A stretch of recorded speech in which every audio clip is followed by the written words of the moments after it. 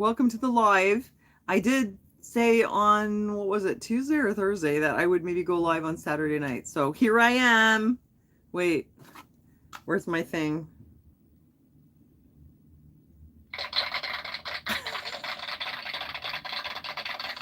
I did it.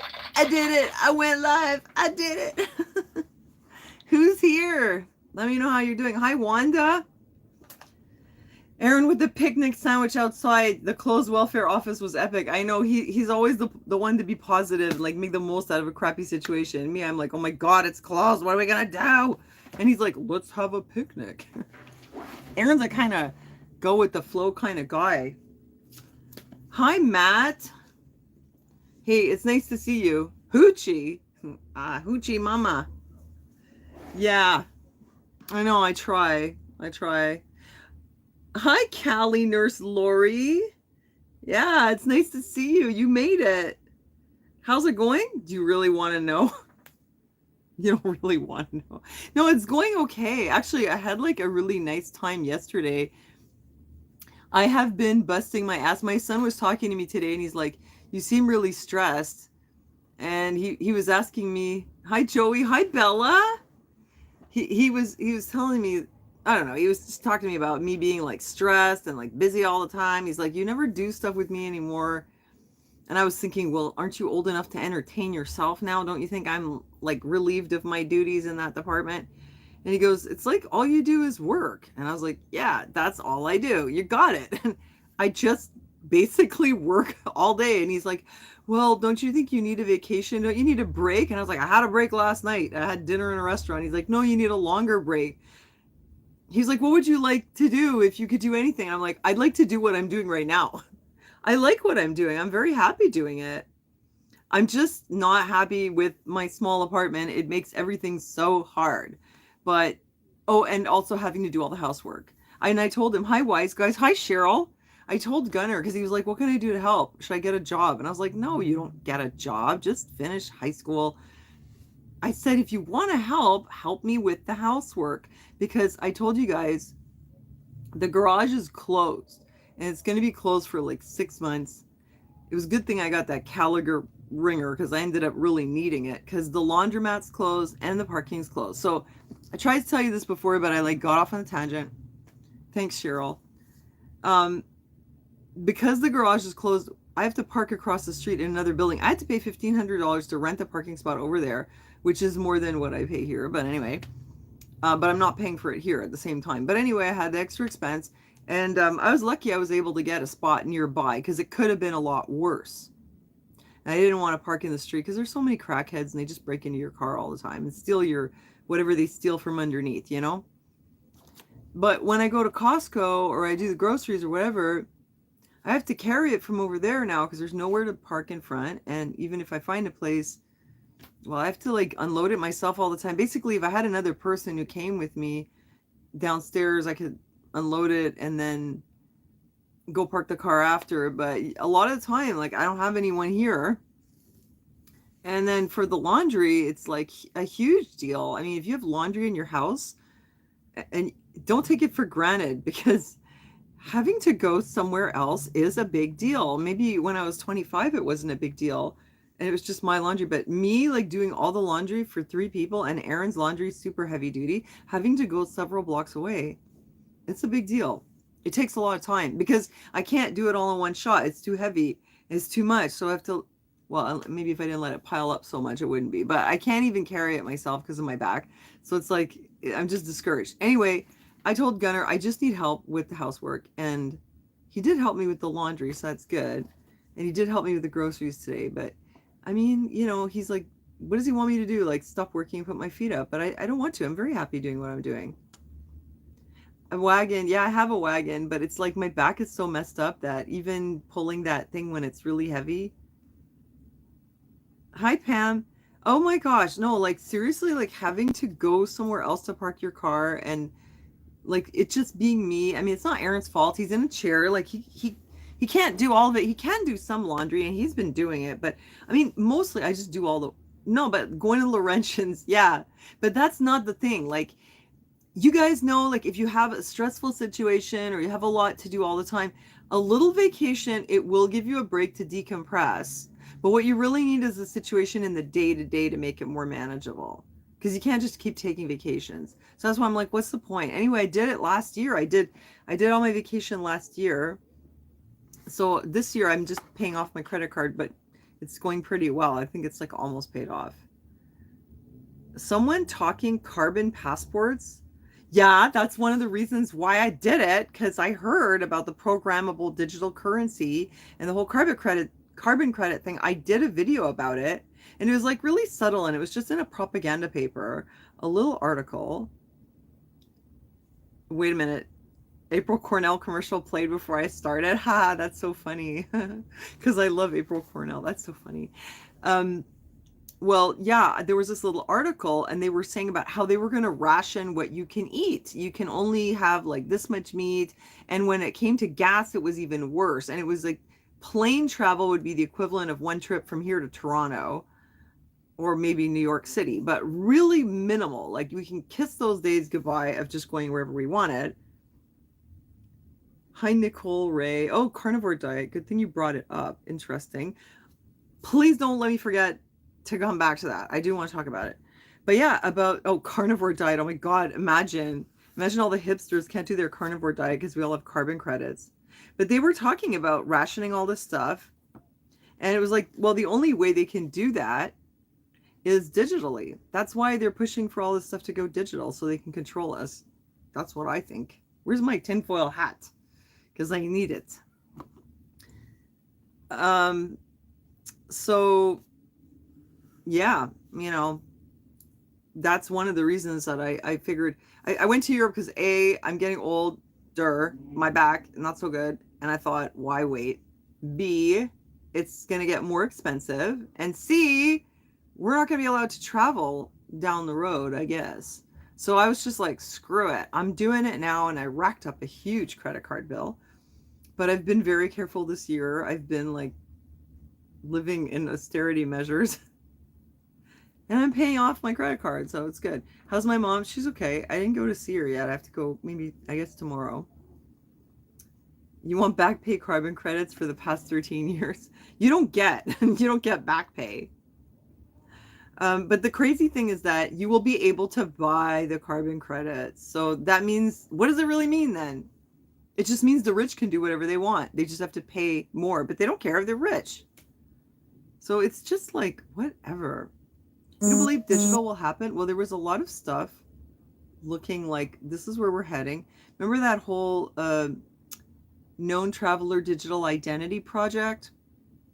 That was the Netherlands and Canada partnering with the WEF, and they had this website where like they laid it all out. It was all out in the open, and it was what was so scary was that this digital ID wouldn't only apply to when you take a plane, but also for when you book your hotel. It's just like super surveillance.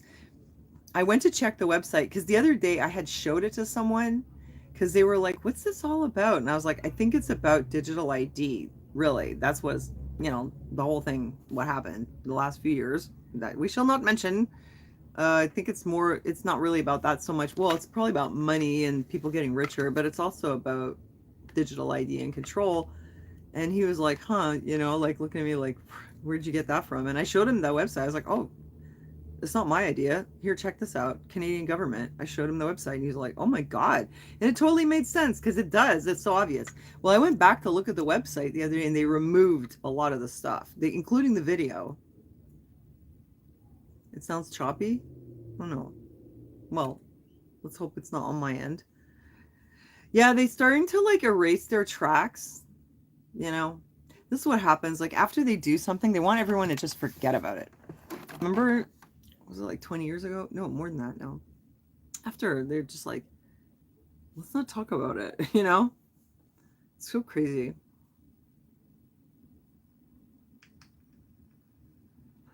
So,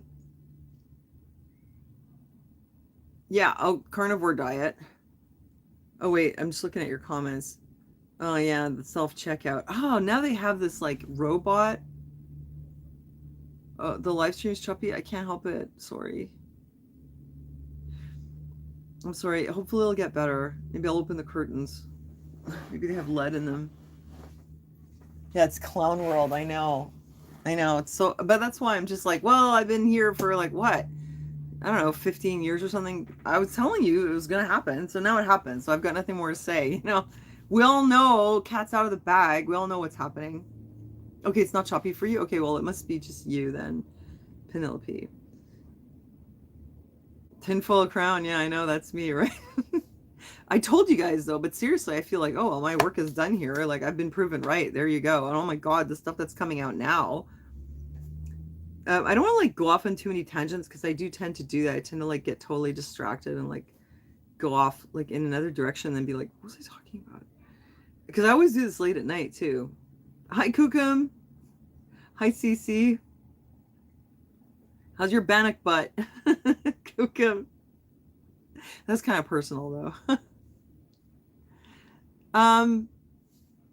So where were we going? We were talking about, oh, hi, Holly. Hi, love. Actually, I want you guys to talk to me in the chat. It's weird because like I'm the one doing all the talking. Oh, hey, Justin. Thanks. My hair looks nice. Oh my God, I don't know how it's possible. Anyway, thank you. That's not the way to take a compliment. Sorry. Hi, Lynn.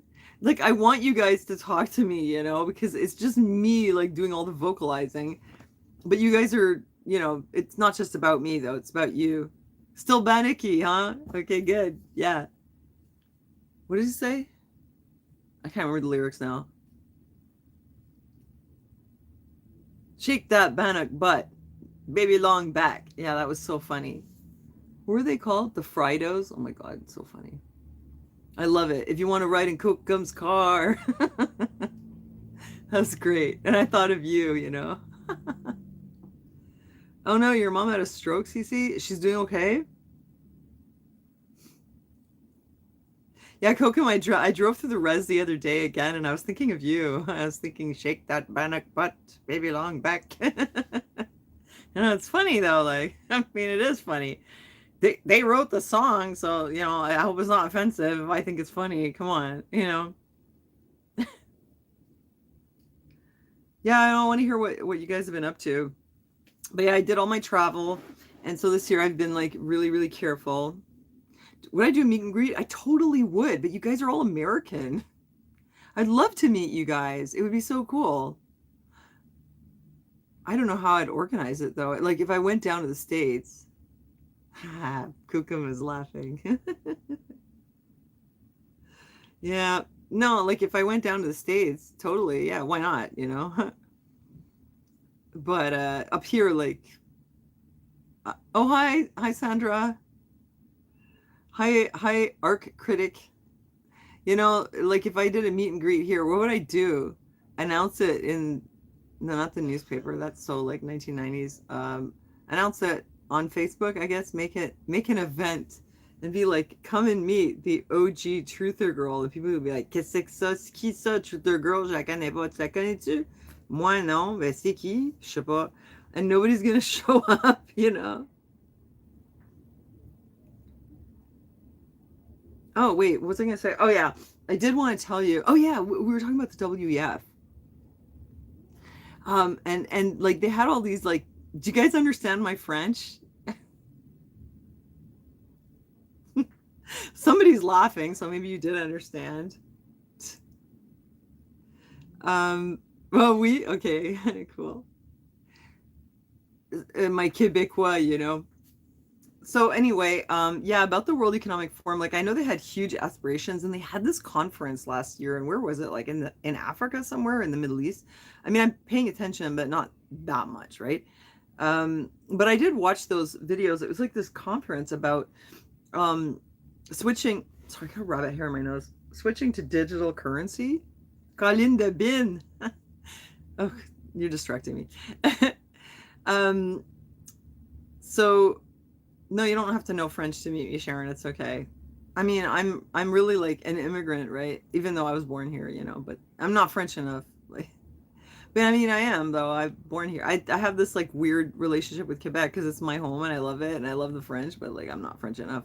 French enough to be in my neighborhood though. How's my mom? Yeah, she's okay. She's okay. She's doing okay, you know. I wonder if she had that sixth shot or whatever it was.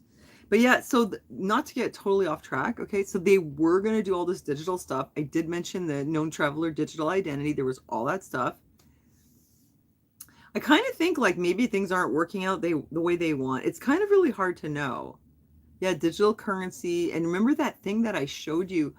What was it? It was like this awful surveillance thing, and it was like it was like a no, it was a digital thing, but it was on your phone, and it was like you need it to do anything, and it was a real thing. It was from a company, and there was an ad for it, and they're like they're showing this beautiful young woman, and she's got this app, and it's like gonna tell her, I don't know, it's gonna help her through her day, right? Like she goes to the doctor, and she can share the information, like the health info. It's all on her phone, like because phones never get lost or stolen or break down in the cold, so it's totally secure. It won't have to go in your arm. Don't worry, you're just paranoid. So she does everything on her phone, but it's like the first thing she gets in the morning was a message from the government that she's due for her mandatory vaccination. And I was like, ugh, like we're off to a bad start. I made this video. It's there somewhere. Maybe I just left it on BitChute. I never do BitChute anymore either. I was like, oh, I don't have the energy. You know, I just, what for, you know? But like you guys are all that matters to me at this point, seriously. I don't care anymore if like I'm not like out there to wake more people up. It's like you know, we're past that point. 10 years ago it was different. People had no idea. I had no idea in the beginning either. I thought we lived in this like happy world where people were honest, and you know, I'm so stupid. Well, anyway, yeah, so there was all this push about digital, and of course the COVID passes and all that stuff. But now I'm kind of thinking like maybe it's not working out so well for them, because there's all like who really knows? There's all these conflicts happening, and like people are countries are siding with other countries, and I mean I can't imagine how that's all 100% engineered, you know. And what I notice is all of a sudden they're not talking about it. And I told you we're in a lull because this is a pattern. That's why I'm so relaxed, sort of, relatively, for the New World Order. I'm like, you know, like you just had us bend over and we just got done with that, so now I can relax, you know? Poland is going great. Why are you in Poland? No way. What? I didn't know. Yak Shamash.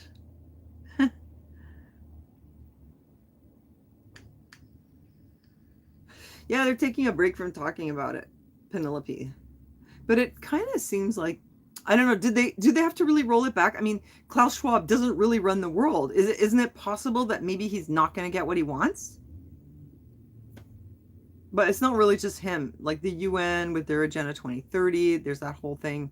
So people go, oh, it can't be just Klaus Schwab. It's hard to say. I don't know. I mean, we seem to be heading on that trajectory. But I'm just glad for the time that we have now where we still have some freedom, you know? And I sure am glad that I didn't bend to the pressure the last time. I'd be kicking myself now. And I was just thinking, man, you're all so short-sighted. Like, I had friends who were like, oh, but I can't go to the restaurant. Yeah, how long do you think that's going to last? 6 months? I told you this before. Like, I was like in an institutional school for 3.5 years. So I was like almost incarcerated. So I was like, oh, I've had my freedom taken away before for much longer. So do your worst. You're not going to do anything to me. And I'd see people doing this and doing it to their kids. And I just thought, man, is that ever short-sighted? Why, because you can't go to the restaurant? Oh, because you can't travel? Oh, come on. My mind is still so boggled that people fell for that. Like children, you know? Oh, thanks, love. My parents, so they used to tell me, Sonia, you talk too much. Well, I guess it works okay when you're streaming. I try not to talk too much in real life, though. I try to listen also, you know? But thanks. But yeah, I think about it. I see these videos coming out from Dr. Campbell. He just did an interview with Russell Brand, and I was like, wow, you know, Dr. Campbell is like getting up there, coming to like a legit A-lister. It was very funny. Russell Brand like made this joke about, he said he wanted to have him, he was like suggesting that maybe you'd like to come and join our join us and be our on-staff doctor, although I do require an exceptionally frequent amount of rectal examinations for something really crazy. I was like, what? I mean, he's so nutty, And I played it like a few times. I was like, did I hear that right? That was so crazy. He said that to Dr. Campbell. He's like every day. Like, I need one every day. It's just the thought, just the image that conjures of what's going on between Dr. Campbell and Russell Brand. I mean, Dr. Campbell took it well, he's got a sense of humor. But yeah, so, yeah, it's funny, right, Pam? I mean, it was just so out of left field, He is a funny guy, though. Talk about gift of the gab. But yeah, like, I noticed that the doctors who had been having a lot of difficulty talking about anything before, they're starting to be able to like say stuff. They're like, listen, these studies have come out. There was a doctor, Dr. Dalgleish, he was on Dr. Campbell's channel last week, I think twice. And he is an oncologist, I think. He deals with people with melanoma, and he's a very brilliant professor, published like hundreds of times, highly respected, like really top of his field. And he deals with melanoma patients, and he came up with this sort of vaccine, but it's a good one. Don't worry. It's I think it's like it's a bacteria. I think it might be like the same one they use in the BCG, like the old what's that? Consumption, tuberculosis, right? Like, we don't do tuberculosis vaccine because it doesn't work for TB, but apparently the BCG, it does something and it boosts your immune system. It boosts your cellular immunity. So it just kind of like gives your whole immune system a tune-up. So that's kind of cool. And so this guy had I don't think he was using that exact bacillus, but some kind of bacteria. Maybe it was the same one. But he took that idea and he was like, well, what if we gave this to the melanoma patients? And he got it approved. This was ages ago. They were like, well, they got melanoma anyway. There's not much to lose, Let's see if it gives their immune system a boost. And he was giving it to them, and they were stabilizing, and they were disease-free for like 10 or 20 years. And he said, this is crazy. He said when COVID came around, all his young office staff was going down with the COVID. They were all getting sick. And these elderly, long-term melanoma patients, he noticed none of them were getting sick. So he was on Dr. Campbell's show saying that this could serve as a way to like actually just boost all your immune system. And he said like the proof was that these people who were supposed to be so vulnerable, they didn't get sick. Well, down the road, and I'll tell you, every time I talk about this, I'm like, oh, they're gonna like give me some problem. But this is just what the doctor said. This is just what he observed. I'm going to go out on a limb. I'm going to relay it to you, but it's not me who made this up. This was what Dr. Dalgleish said. Down the road in the pandemic, he started noticing that a lot of his melanoma patients who'd been stable for 10 or 20 years start relapsing. They start having melanoma again. And he discovered that what they all had in common was they'd all been taking boosters. And what he says is that when you introduce an antigen,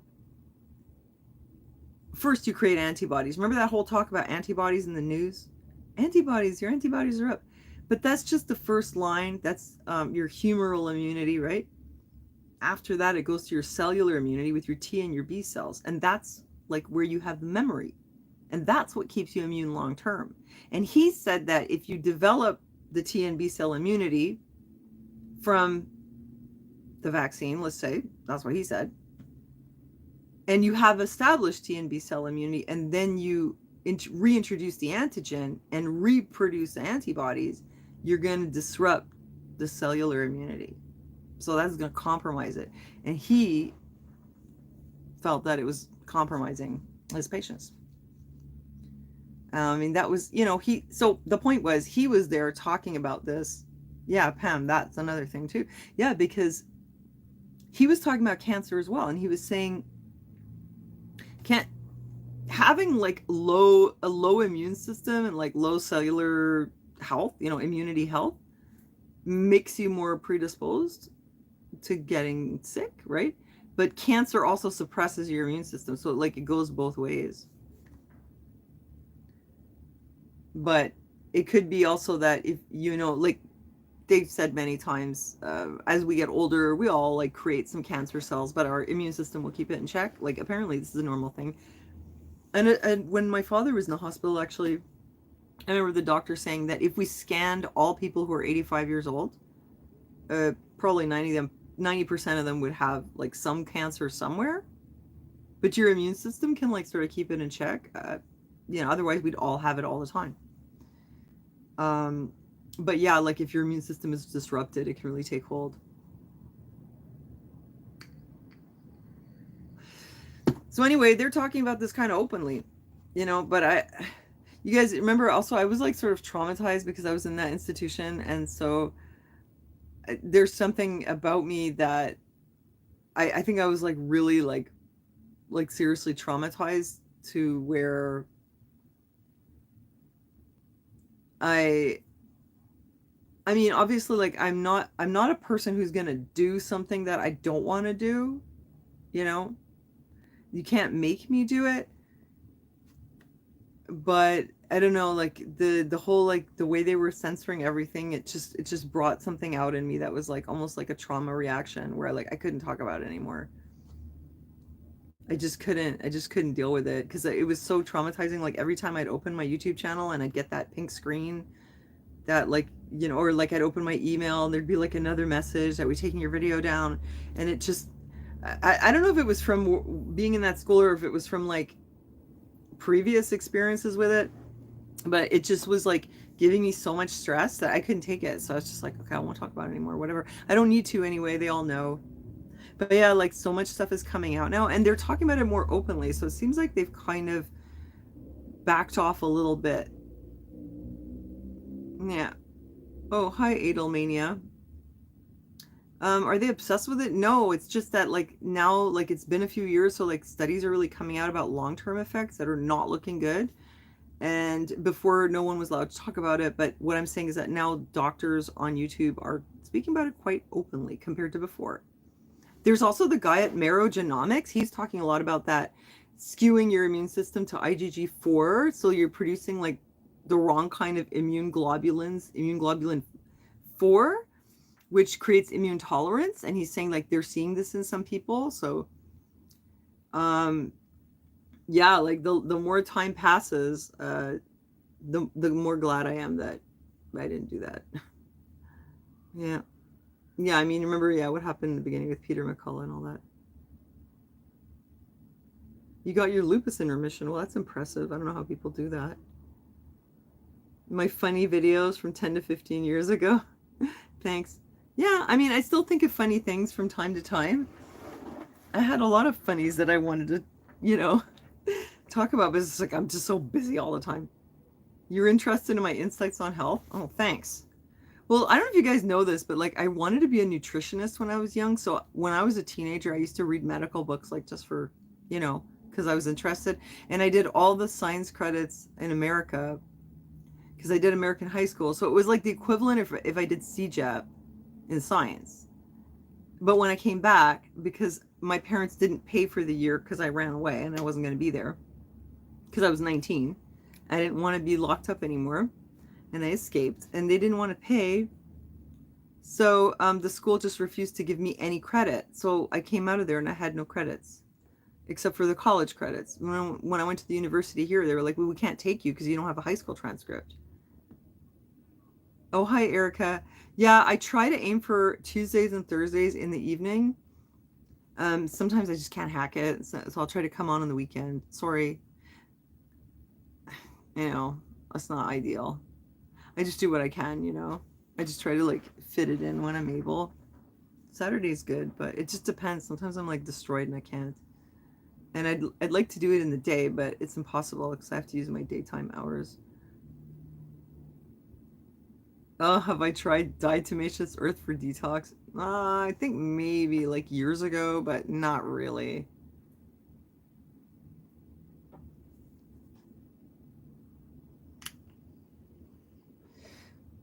Oh, I lost my train of thought again because I got distracted. My comment.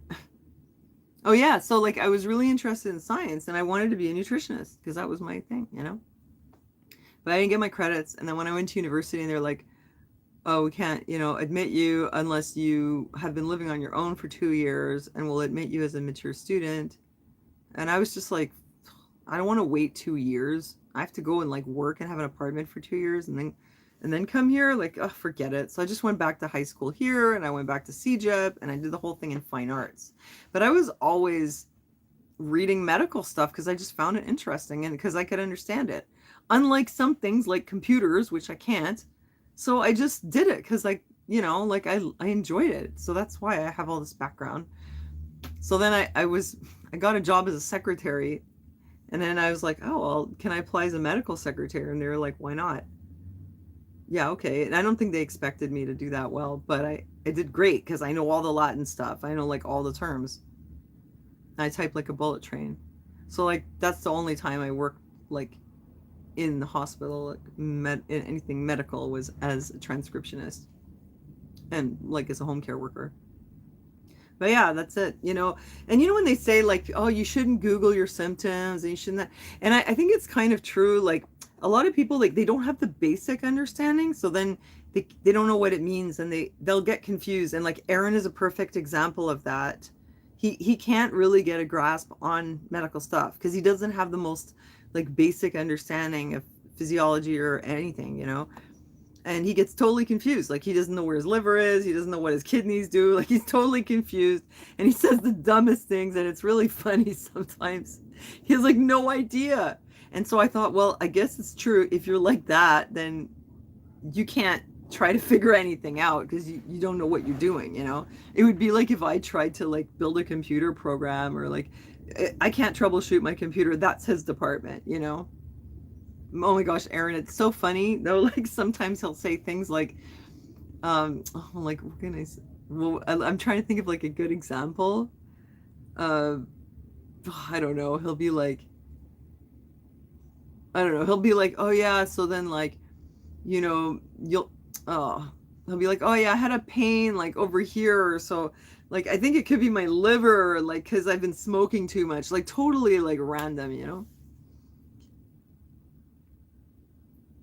So, oh yeah, so we were going to talk about the carnivore diet. You know what? I saw the most interesting video about this from Jamie French. She used to do the makeup videos and she's really funny, but she does all kinds of stuff now. Because I have this one, oh no, heart failure. Oh no, that's awful. Oh, your thyroid and your 2 parathyroids. Well, that happens, but I hope your heart is okay. What a drag. I hope they can fix that. Eesh. Oh, hi, Cece. Oh, yeah. Well, it's always a date when we go out. We always have fun. Oh, Aaron is out there singing, He's not really on the internet, I mean, the YouTube or whatever that much. I know it's great though. Like whenever he talks, he's just like a cool guy. It's like fun to listen to him, right? Yeah. Yeah, and his audience are like he's really on a wavelength with them. But he's mostly just out there singing karaoke these days. Oh, you're raising your autistic grandson? Well, I hope they can fix your problem, seriously. Hi, William. Oh, thanks. Oh, I miss you guys, I do want to talk about the carnivore diet. Don't let me forget. Actually, I was trying to think, like, I wonder, like, if I should, like, plug in my phone or it's gonna die or something. I should probably do that. Not yet. Yeah, Aaron looks great. Can you believe he's gonna be 64? Yeah, 64 in January. It's like he doesn't get old. It's like I'm getting older, I'm catching up to him, and he still looks the same, almost. Not quite. Well, he started out very handsome, He looks amazing, though. He's so strong, right? Looks like a big badass still. He's got all that hair.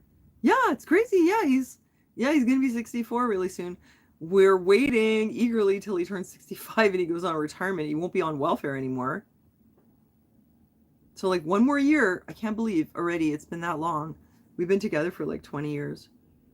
Yeah, so the carnivore diet. So I have this friend, George, who went on keto, and then he went on a carnivore diet, and he lost an insane amount of weight. And he's one of these people who's always telling everybody to go on the carnivore diet. And like the weight just like fell off.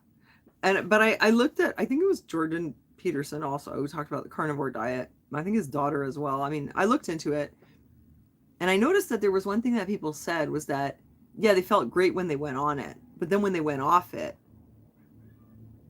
it was like they couldn't handle anything anymore. They felt horribly sick all the time. Yeah, David. No, I will feed him. No, don't worry.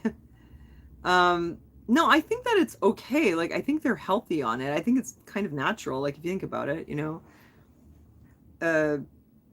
cavemen, I mean, well, maybe not the best example because I heard they died at 35, but probably because they were killed by like a wild beast, not because they ate meat.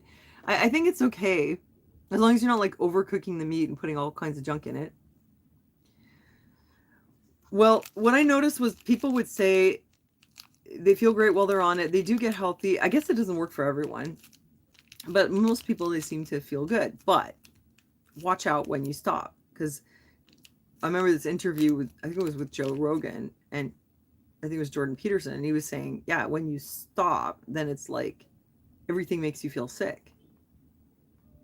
And I remember also like hearing that people who do keto for a long time, they kind of lose their ability to handle carbohydrates. And your gut flora is sort of adapted to what you eat, right? It's like it adapts based on what you're feeding it. So if you think about it, if you're having a very restricted diet with only meat, it will change your gut flora. And like, how in certain countries people, they eat a certain food that when we eat it, like we don't feel good or whatever, but they can eat it because they're probably adapted to it. So maybe, it's just my guess, maybe if you're on a very restricted diet like that, you just your body like loses the ability to go back, right? Because maybe your gut flora has changed. And I listened to Jamie French's review. She went on it. At first it was good for her. Like, she started losing weight. She couldn't even believe it.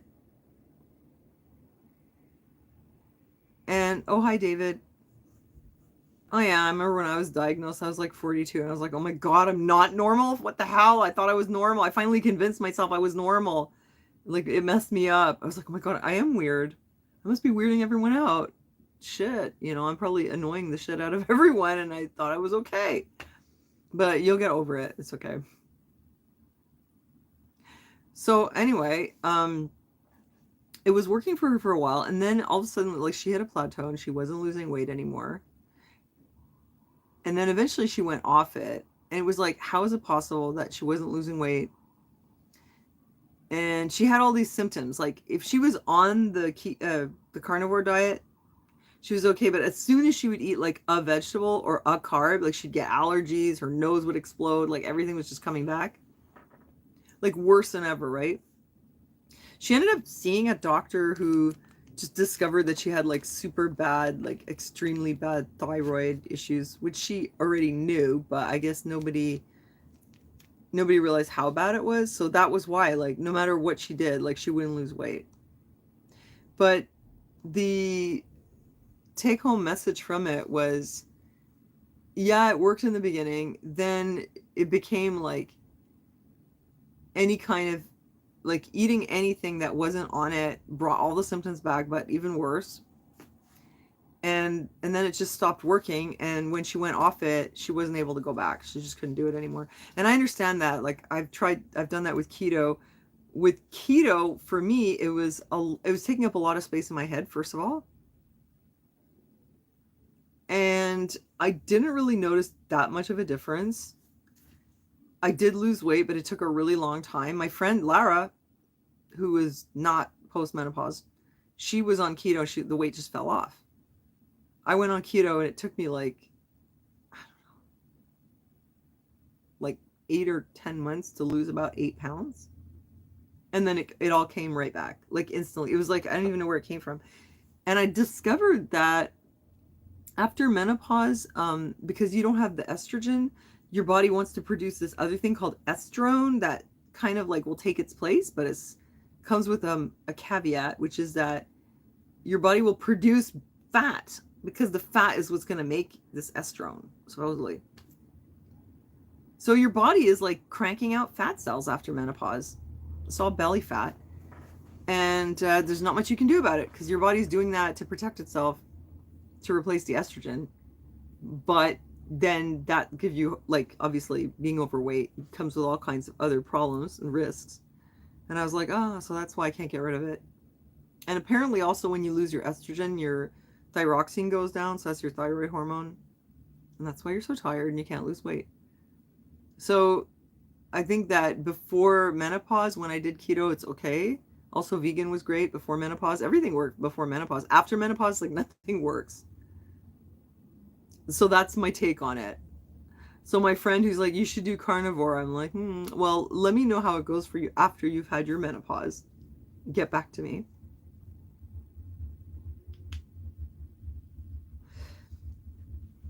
You said, I wonder if it was the lupus that contributed to your weight gain.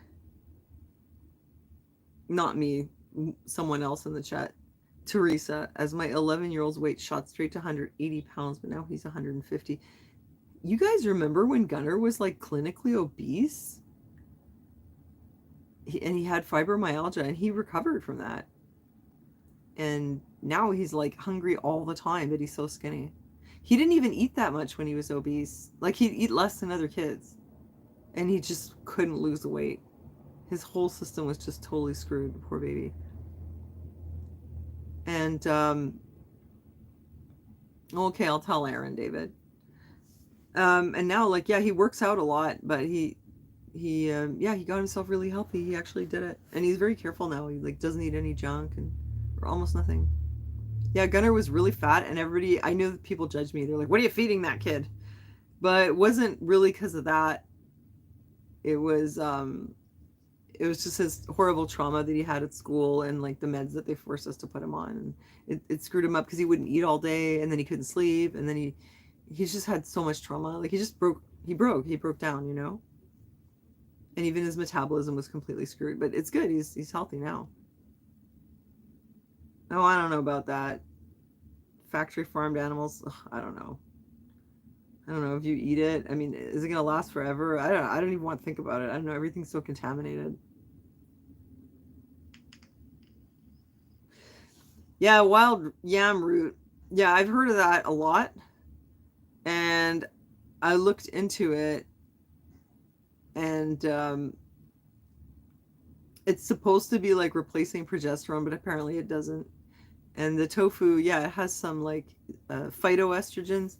But you know, I was doing that herbal stuff. I did some videos on it at the time, and I would take all these things. You know, red clover was like like a plant estrogen, and there was another one also. But you know, the problem with that is, like, you're just exposing yourself to a lot of unopposed estrogen because you're supposed to have the estrogen and the progesterone, because if you only take the estrogen, your uterine lining can get thicker and thicker, and so then you're at risk of, like, having uterine cancer. That's why they give you the progesterone. The progesterone, on the other hand, is the one that raises your risk of breast cancer. But yeah, like, having had any like length of unopposed estrogen is apparently dangerous, and they say it includes like phytoestrogens. So, but when I was doing that, I wasn't postmenopausal. I was doing that during perimenopause. So I probably still had some progesterone. It's just my estrogen was dropping, but I was still getting periods. I got on bioidentical hormones after a couple of years. But I don't take them by pill, although I don't know, maybe I'll switch at some point. I just use a gel, and the other one is like a suppository, and I only have to do it twice a week. It's just a little pellet, you know? So that keeps the progesterone like minimal, so I'm not exposed to a lot of it, but enough to protect me. So far it's working okay. Yeah, I did keto a few times. Magnetic meat, I don't know about that. But yeah, like, I'm trying not to stress too much about, I mean, there's so much crazy stuff going on, you know. There's so much, and I feel like, the news is always just trying to be like, look here, look here, and then like, look here, forget about that, look over here. Oh, thanks, Teresa. So I don't know. I can't like make all the world's problems my problems. But I still find it very disturbing what happened in the last few years. And I'm not like over it. Like I'm not forgetting it. I look at people in a different way now. Like I feel like it was very telling. It brought out people's true nature, you know? I just can't believe what people did, like the amount of risk that they took and how clueless people really are, and like how little they understand about risk. I mean, don't you know when someone's bullshitting you? When they're like, oh, it's not dangerous for kids, but here, take this experimental product that we don't really know what it's going to do in 10 or 20 years, but it doesn't matter. Give it to your kids. I was like, wait, something doesn't make sense here. Who knows what's going to happen to the kids? Anyway, my son didn't go for it. We don't really know. But anyway, Dr. Campbell talks about, the elevated death rate all over the world.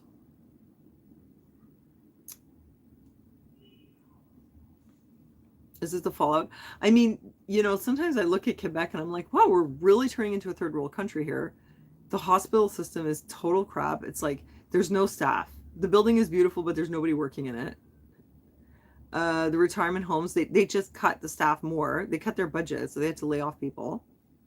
Meanwhile, they're training all these students. They're not going to have anywhere to work after. Maybe they can go to the US. But like, it's so bad here. It's so bad. Our roads are so bad. Like the place is falling apart. I should show you a video. Where are you, Sandra? I'm sorry, I forgot already. Yeah, it bothers you too, Pam? Yeah, I find it's like, I'm like, oh my God, how could you all be so stupid? Like, what were you thinking? I've heard the people say the dumbest thing. Well, we had to do something. Well, no, it doesn't work that way. Oh my God, so crazy. Like, what is wrong? And I was disappointed. Some people, I was like, I thought you were smarter than that. And man, and there's still some people now, like the other day, he was telling me about like wearing a mask, like he put his mask on it. I was like, well, you do know that like it all just comes out the sides, right? He goes, oh, well, but they work though. They work. And I'm like, yeah, that's why like it stopped, the spread, right? A little bit slowed it down. I was like, yeah, imagine how fast it would have been if we didn't all have masks. Because remember that time when it was Christmas and we were all in our houses and we all had to wear masks and we were all isolating in our houses because we were on lockdown and a quarter of the population got COVID. Imagine how bad it would have been if we hadn't been wearing masks. I mean, well, something's not working, something's not right. What? Oh, you're in Villemard, Sandra. No. Maybe you already told me that and I forgot because I'm getting old. Oh my God, you're like my neighbor. Crazy. Sandra, no shit. Hey, a freaking American. Hi. Nice to see you. It's been a while. I was smart to travel when I did. Yeah, it was like the one time in my life where I actually spent some money. Like did something I really want to do. Well, I mean, there was the dental care in Mexico, but usually I'm like pretty like, oh, do I really need it? Probably not. But oh my God, yeah, no, like Sandra, you notice like, oh, Verdun looks good these days. It's like all gentrified, like right around de l'Église Metro. It looks great. I went over the Mercier Bridge because I went out to the country, which was really nice. I went out to Ormstown. I stayed overnight because I went to pick Gunner up and I was like, I'm not driving out there and driving back. So I was there overnight. And I drove over the Mercier Bridge and I was like, holy crap. You guys ever seen that? There was a show and it was like the most dangerous roads in the world or something.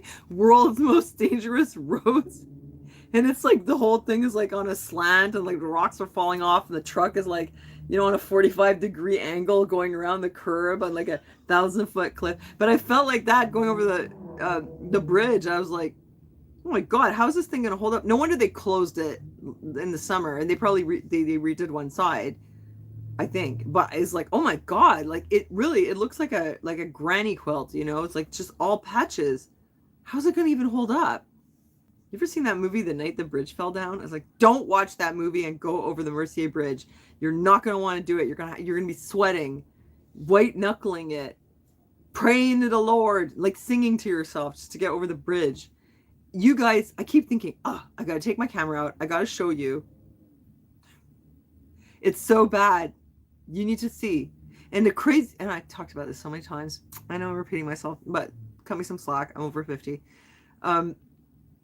It's because there's this thing with the mafia where like they get the construction contracts and they do a horrible job so that they can do them again next year. It's the whole place. It's just, oh my gosh, it's so bad. Like everything, it's so the stores are empty.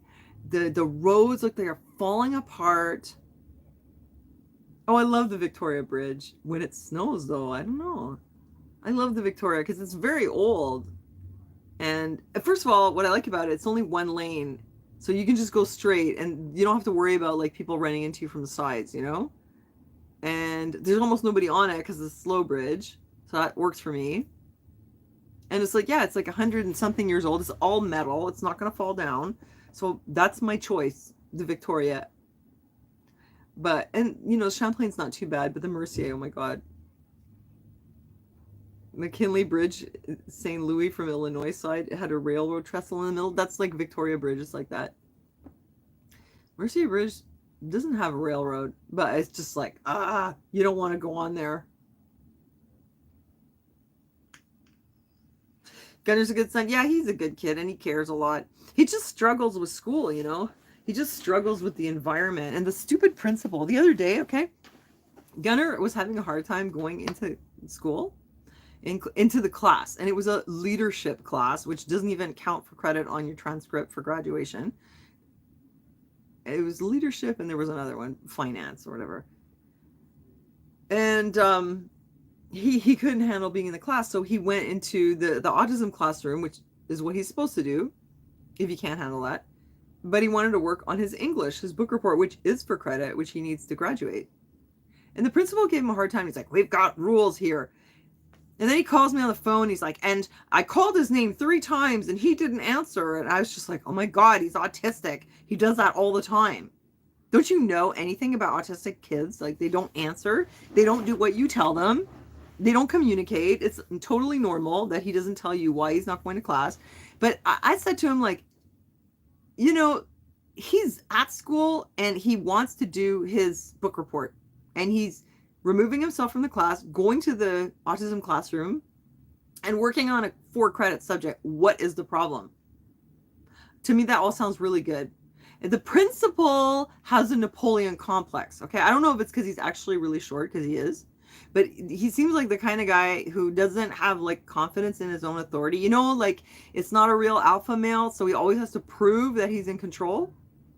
Because, you know, let's be real here. There are some men, like Aaron is one of these. Aaron is an alpha male. He doesn't have anything to prove to anyone. He's just like a top dog, you know. He's just like that. He just has this authority about him. And he's never like intimidated. He's just totally confident and whatever. And there are some guys that are like that can be very positive and very flexible, and they naturally get your respect just because they're so confident and they're alpha males. And then you get these guys that they maybe have leadership aspirations. They might be very ambitious, but they're not real alpha males. You put them in a position of power and they're always neurotic. It's like a chihuahua that like has to prove that he's the freaking boss, you know? So he's like gotta snap and nip all the time. And they're always like, they're the least flexible, and they're the ones that are always going to give you a hard time about some stupid, nitpicky little thing because they feel like it's an affront to their authority. You know? No, I don't think he's a narcissist. I think he's insecure with his authority. That's what I think. As a highly psychic person, I believe that he's just not meant to be doing what he's doing. Well, he could do it, but he just constantly feels like challenged when something isn't following the rules that he sets. So he's very inflexible because it like takes it personally, you know? And he is short though, and I'm only 5'2", and I think he's about as small as I am. You know, so I don't know if that's why, because look at Alex Jones. He's short and he's a total alpha male. So, but this guy though, I don't know, man. But I was so fed up, and I was on the phone. I was in the thrift store, and I was trying to do my thrifting, and like, you know, I was trying to make a buck. And the principal's on the phone with me, and he's giving me the details. And then Gunnar said this, and then we explained that. And I was just like, are we done? Can I go? Like, do I need to hear this again? I've been hearing this for 11 years. What's your point? So done. I'm really at that point. I'm just like, oh, I don't want to hear it anymore. What is the point of giving me all the details? I've been his mother for 16 years. I know exactly what he's like. I think he's doing a good job. He's at school. He's there on time. He's doing his work. Oh, he didn't go to leadership class. I'm sorry. He went to work on his book report. That's a good thing, in my opinion. Stupid principal. I said, well, you as an educator, isn't your priority for Gunnar to stay in school, complete the year, and get as many credits as possible? Because if you take this attitude with him, what's going to happen is he's probably not going to want to come to school. You know, he's like, oh, he should have been. We should have switched him to that other school. It was like an alternative school. That school that was for children with behavioral problems and learning disabilities, which Gunnar doesn't have. This school that he's in is running an autism program. Hi, Joey. Makes your heart sore. What? But you spelled sore S-O-R-E. That means like it hurts. Does it hurt? I hope it's S-O-A-R. Like it's uplifting, not like it's making your heart sore. The spelling matters. Yeah, he has to take exams at the end to get his thing. But this is an autism program. The school board talked me into sending him there. It was going okay until we got this new principal. This principal wants to send him to a different school, which is not designed for autism. How does that make any sense? And he's like, well, if he needs that kind of accommodation, maybe he should go to that other school. I'm like, no, you're running an autism program supposed to accommodate. Never this is his 4th year at this school. This has never happened before. That they'd be like, no, Gunnar, you have to go to leadership class. You can't work on your book report. Anyone else would have been like, okay, work on your book report. It's so crazy.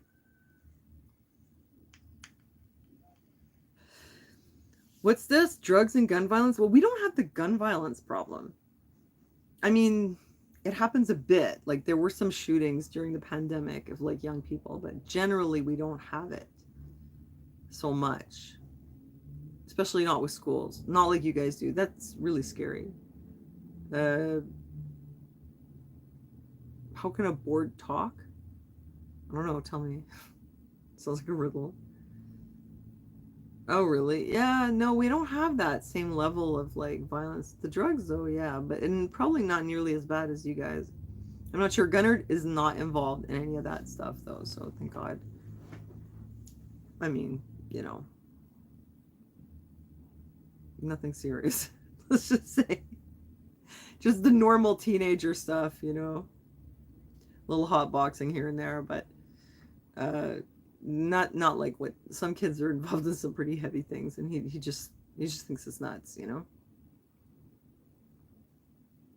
Oh, you gave up on earning a living that way? Well, Teresa, I have my degree in education too, and I worked in a school for 3 months as an assistant, and I was like, I can't do this. This is horrible.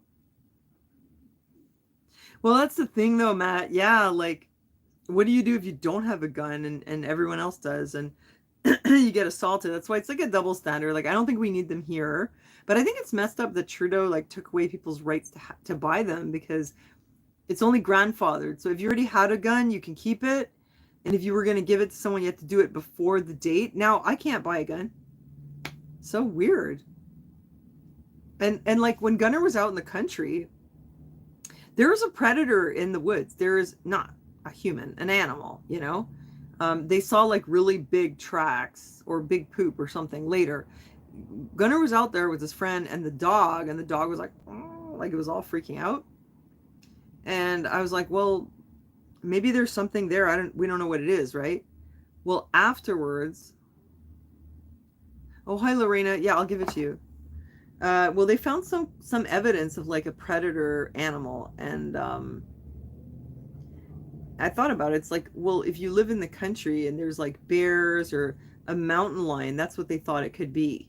If you're in the country and there's a mountain lion, um, my humble opinion, I think it would be a good thing if you had a gun. I mean, what else are you gonna do? Try to reason with it? What are you gonna do? Oh, I've seen these horrible stories of people go hiking. Oh my God, there was this one. It was awful. And it was like, it was a nature park and they had pools and stuff. Oh, you're welcome, Lorena. And there was a bear. And I think it attacked the mom. And the son tried to fend it off with sticks. So then it got him. And then an old dude came over and he tried to, and the boy wasn't dead though, but he just like lay down and played dead. Then an old dude who's like 70 something, he came and he tried to fight the bear off with a stick too. So then he died. I think the bear like catapulted him. And then more people came, but it was like, none of you are a match for this bear. Finally, someone showed up with a gun and that ended the situation. But I think there were like at least 2 people dead and 1 injured, maybe more. But it was really bad. There's like documentaries about it. I've heard a lot of these stories. You know, when you're out in the woods or you're out in the country, like, how can Justin Trudeau say we don't have a right to defend ourselves against dangerous animals? That's crazy. That's like mean. I'd like Justin Trudeau to go out there in the woods and see how he feels when he encounters a mountain lion and he has nothing to defend himself. Go out, Justin Trudeau. Go on the trail. Go see the animals. Tell me how you feel. You know? And you cannot bring your bodyguards or whatever. That's what he should do. And then get back to us about whether we should be able to arm ourselves. I mean, it doesn't concern me. I live in the city. I don't need it. But we have a lot of wilderness here.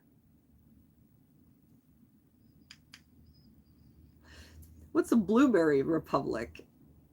What is it? Bear spray. Yeah. Apparently it's not legal either. You wonder if you might be slightly autistic? Bah. Anyway, what are we going to do about it? Being autistic, to me, it just means that I'm annoying and I can't hold a job. But other than that, I'm fine, you know? I make my own job, you know? Wait, he has COVID again? No. Justin Trudeau has COVID. Oh, a moment of silence. He has to stay in. There's something wrong with that man, seriously. Human animals can be just as dangerous. It's true. I do get spooked sometimes. We have a lot of crackheads here.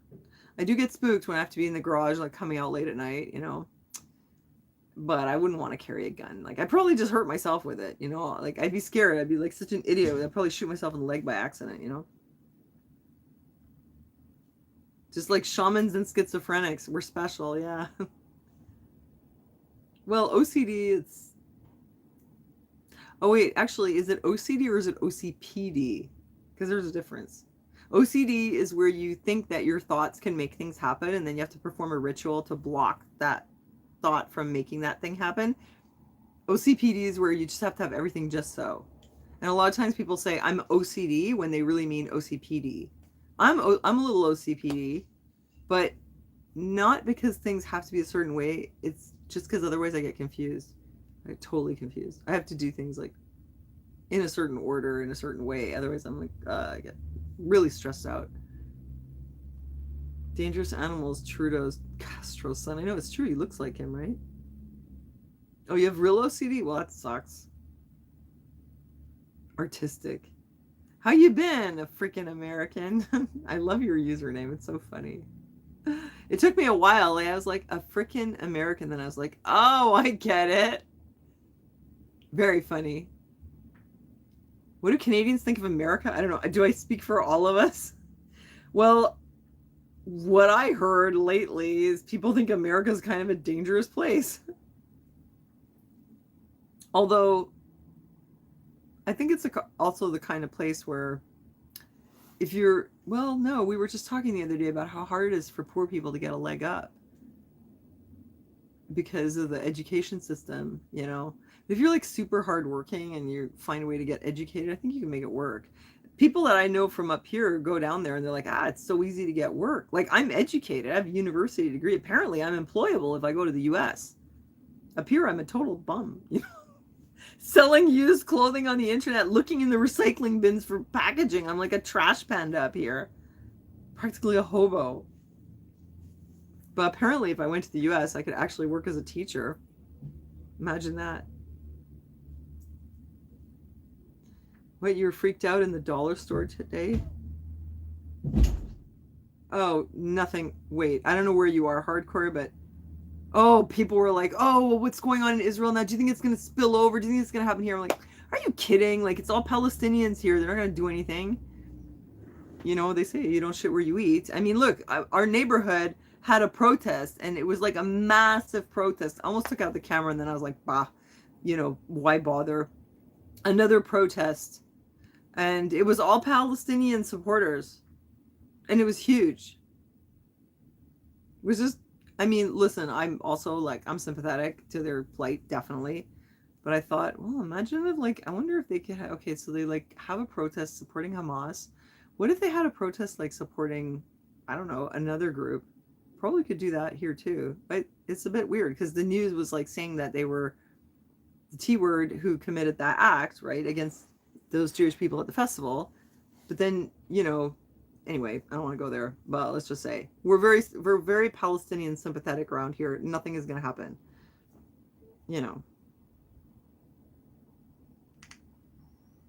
But also, the reason they're doing that over there is because they're desperate. They've been in a ghetto for like decades.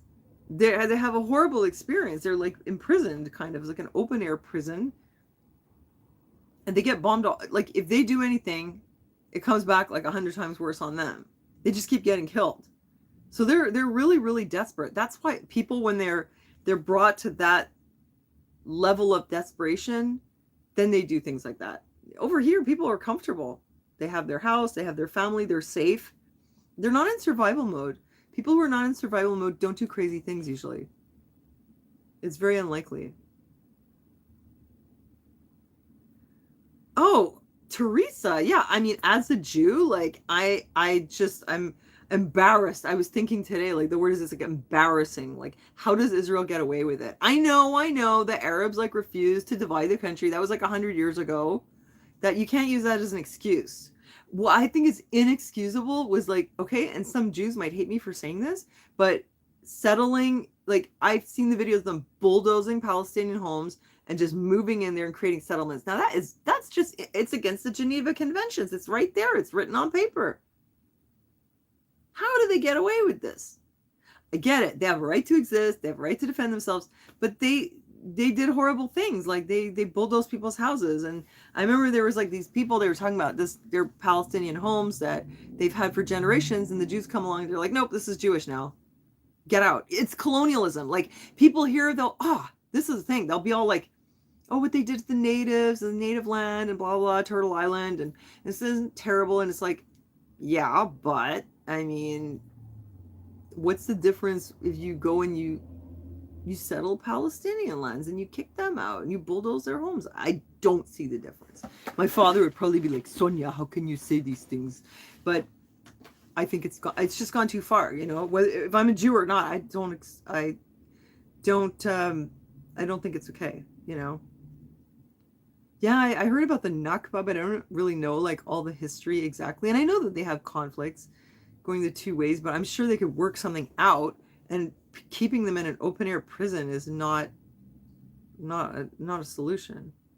What was a Nakba? I feel like an idiot now. I don't know.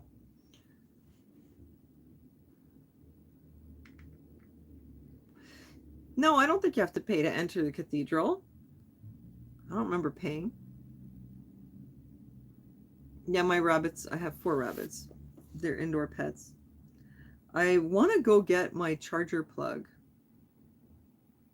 Yeah, I was really upset to see that happened, but it's like, of course it's going to happen. I remember he killed the Palestinians in their sleep on the night of the Nakba. No, it's just inexcusable. Like, apparently they sent a message to the people in Gaza, and they're like, "Get out, or we're gonna kill all of you."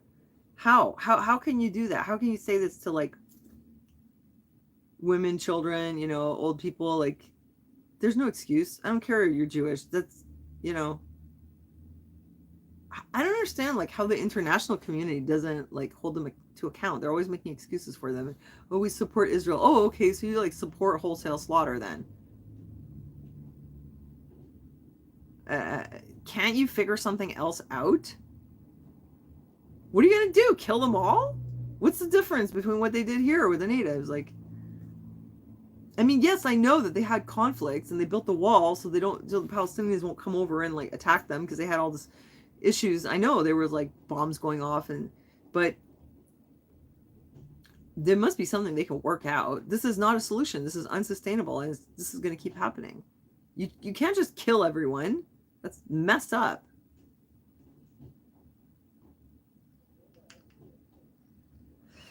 Yeah, Palestinians are Semitic too. I know, so they're like our cousins. Okay, good night, love, love.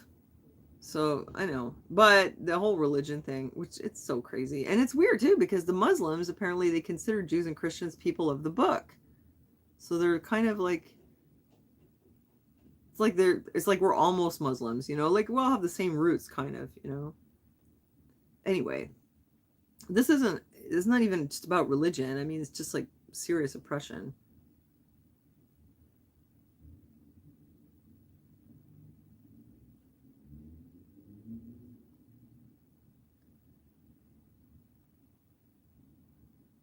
Yeah, they targeted youth groups and elementary schools. No, I know, like it's totally crazy what they did. It's horrible. I'm not saying it's okay what they did, but I'm just saying like they're gonna have to figure something out. They can't just keep slaughtering each other. But I cannot understand how like putting people in this little ghetto, like I really, okay, my humble opinion. No, but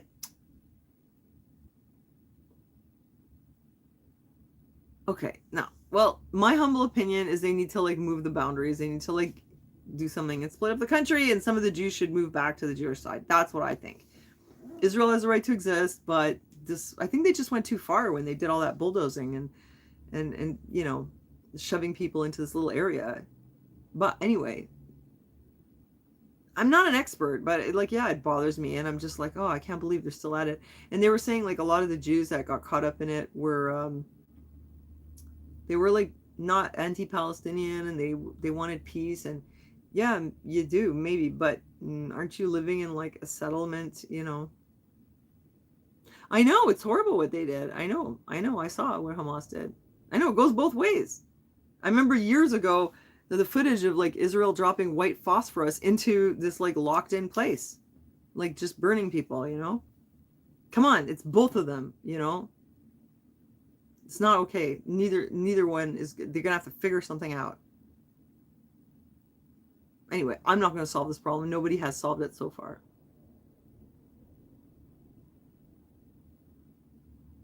Those like little nail bombs and this phosphorus and stuff, I've seen it. Like they broke the law. I mean, there's a law. You're not supposed to settle occupied lands. They broke it. So to me, that's wrong. So they should not be doing that.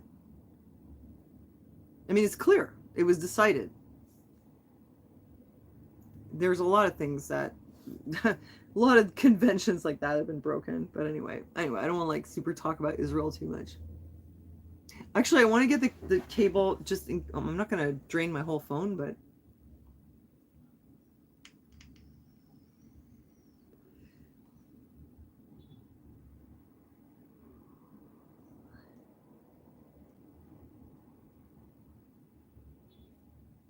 even the sharks are addicted to that, and it's in the water. What? That's weird. Where's it coming from? Okay, hold on a second. I'm going to get my charging cable.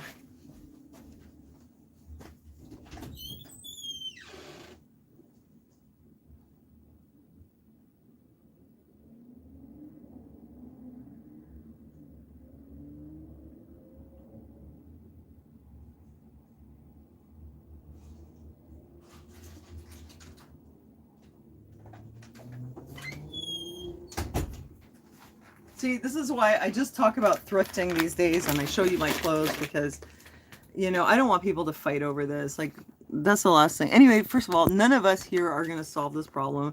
It doesn't really matter too much what we think. I do have my opinions. I just never talk about it because all it does is get people wound up. So let's talk about something else. I brought some snacks. You guys ever had this? It's all the Asian snacks. It's the lychee jelly. Yes, no, I'm almost 53. Like, I need to cut down on the stress, so I'm not going to worry about, like, all the problems in the world. I did say, though, that the news tends to make us look here, look there. Nobody talks about Ukraine anymore. I guess they want us to worry about something else. Shitty. But I just brought it up because people were like, oh, it's going to happen here. And I was like, no, it's not. Nothing's going to happen. 53 is a new 20. Yeah, except I feel like I'm 90. It's like the new 20 if you were like really strung out and messed up. I think 50 is the new 30, right? 70 is the new 50. No, I've seen it. I've seen the footage. It doesn't matter, like the individual incident. I feel this way about the entire situation.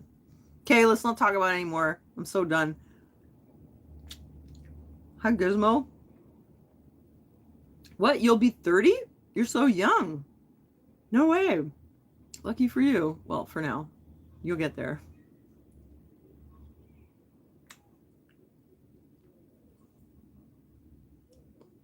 $66 is the new 80. Oh my gosh.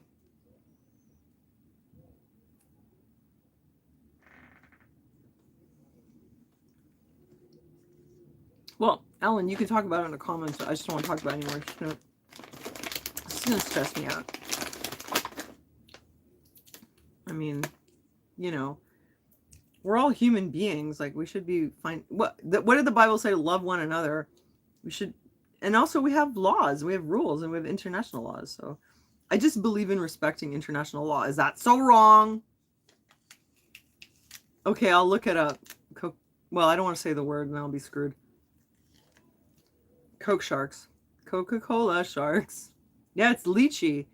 Like I'm binge eating here. I'm mukbang. They're so good.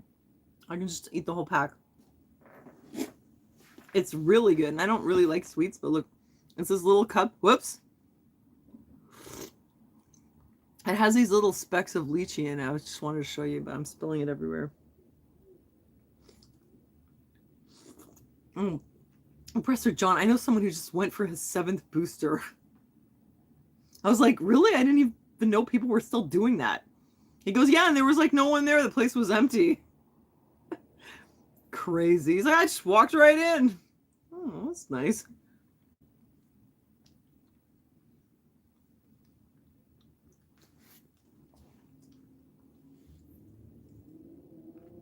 Oh my gosh, yeah, Maui. Yeah. Lorena, exactly. That's what I mean. Like, they'll make you like, look here, and then they don't talk about the other thing. What happened? How would that resolve? I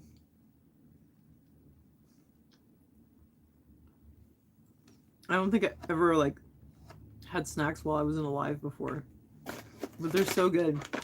I just went to get my cable and I was like, ooh, lychee. Can't resist. This is the stuff. Yeah, I know, Maui, yeah. Lorena, yeah, exactly. Pretty cool, huh? And I'm still traumatized from the whole COVID thing, seriously. There's no room in my head for like the rest of the world's problems. Oh yeah, did you guys know that the wildfires that happened here in Quebec, remember it was a climate change? Did you know that it turned out it was an environmental activist who started the fire? It was a person. Show the snack bags again. Yeah, it turned out it was actually some like environmental climate change activist who tried to change the climate.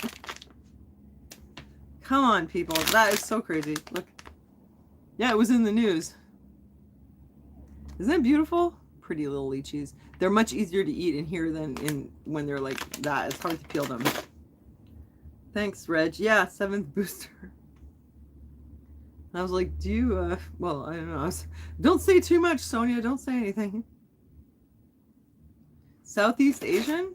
Does it have any Chinese on it? Oh, look, it has, oh, that is so funny. Look what it says here. Litchi, morsure de fruits naturels. No. It's bouchée. Bouchée is like a bite, like when you have like a little mouthful. Morsure is like when it's biting you. It says lychee, bites of fruit, natural fruit, but it's like the fruit is biting you. Hey, Sandra? Look, lychee morsure de fruits. Careful! It's got teeth. It's gonna bite you. That's so funny. That's crazy. No, it's not from Vietnam. Wait, where's it from? It's probably from Ontario. Oh, Taiwan. Product of Taiwan. Yeah, and then I have this. Oh, well, my tooth already broke and fell out of my mouth the other night. So, like, what the hell, right? I mean, I might as well just eat this. I will go to the dentist eventually. No, one of my fillings fell out, actually. But you know, it's always like in the middle of the night. I was like, oh, I'm kind of hungry. Maybe that's why I can't sleep. I go and have some toast, and I take a bite, and a part of my tooth comes out. And I was like, why? Why does this have to happen at 3 in the morning? Hi Chew. These are really good. These are banana flavored chews. I usually don't eat any of this stuff, but this banana is so good. And apparently the bananas that we used to have were called Gross Michael, and they had a totally different flavor. And that's why banana candy doesn't taste like real bananas, because it's flavored like after the old Gross Michael bananas. So when you eat banana candy, you're tasting what bananas tasted like, 100 and something years ago. So when I heard that, I was like, wow, cool. I started eating banana candy, and it's so good. Oh, it's so good. I want them to bring the Gross Michaels back. Like, those bananas must have been amazing. Why are there no more Gross Michaels? I don't understand. They like died out from, I don't know, a plague or something, but how come they haven't managed to resurrect them with all their science? It's the best banana. It must be. It tastes so good in a candy.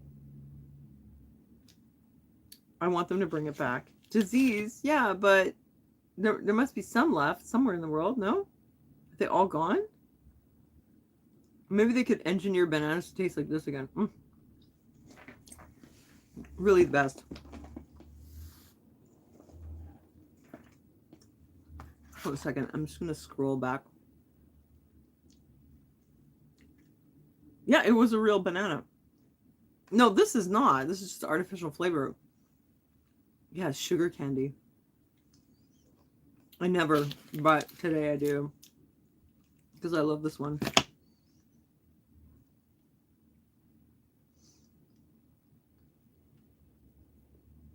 Yeah. BitChute. There's some really weird people on there. It's kind of bad vibes. Interesting videos, but I don't know. It's kind of a weird vibe.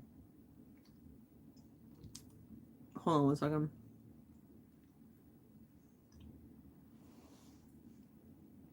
I'm rewinding the comments.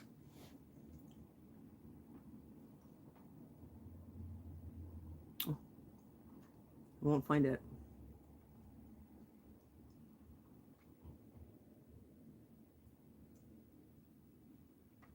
Okay. Skywalktress, you live in Verdun? Did I get that? Is that correct? That was you, right? Oh yeah, Salty Cracker, he's hilarious. He's very funny.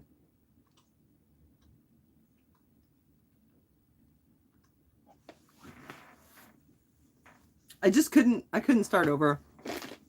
I just couldn't do it. I was just like, no, sometimes you do something for a while and then you're just like, I don't know, I couldn't see myself like running after news for the rest of my life. I did it for a long time. And I didn't feel like talking to other people about news anymore.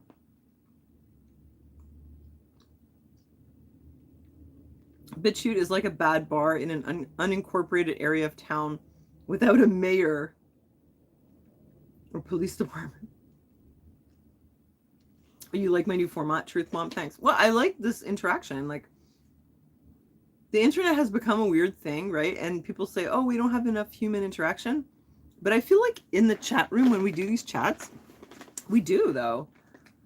And you guys are important to me. Like, there's some people who have emailed me, and we actually like talk in the email. Actually, Shannon, who's not here now, which is too bad, she even bought some stuff from me, some things that I had in my store on Poshmark, and I made her like a big box, and I put extra things, and it took me forever to pack it. She bought the I don't know if you remember, I had like this teacups that had this beautiful like dogwood pattern on them. She bought those.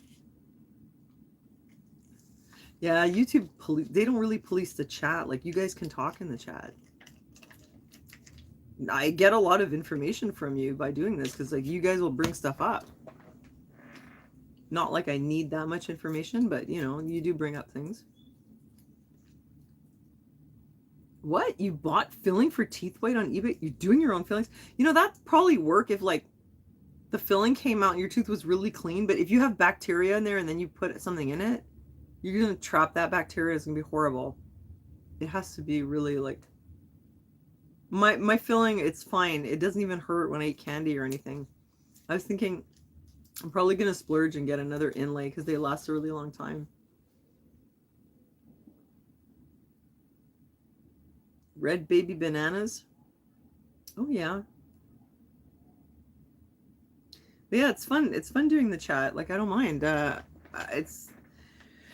You know, I don't know. Sometimes you just need a change. Like, for a long time, I was really motivated to sit here and read the news and make these videos. One of the reasons I don't do it is because my computers are completely screwed up. Like, if I want to edit video, I have to do it on the mini laptop. And I do it over there on the side table. It's just really not... I don't have the equipment. I don't have, like, the screen capture and the good editing software. My editing software here doesn't work on this computer. This computer screws up all my files. It deletes files off my drive. I could, like, have all the footage, and then all of a sudden it's all gone. And it happens so many times. I was just like, screw it, whatever. I do lives, and I'll do, like, a video, like, where I went out with Aaron, where I can, like, edit it all immediately. And then save it on there, and then put it on another drive that doesn't touch that. Well, you can't have the two drives in the computer at the same time, or the one will infect the other one, you know? Anyway.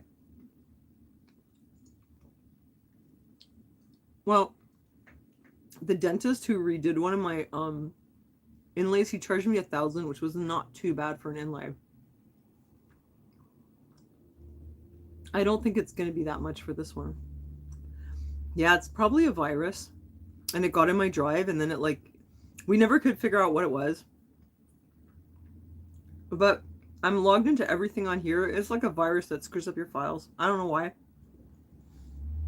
I have the antivirus on here. Wait, don't I? Avast Premium, you are protected. Well, apparently not.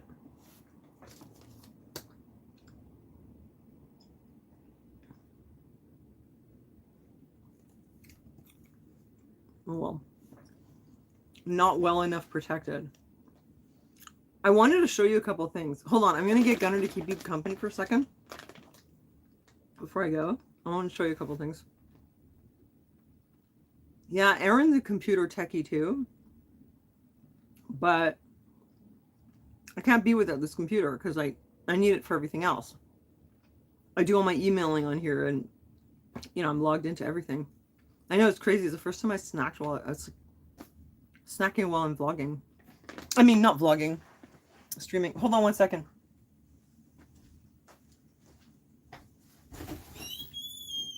Gunner,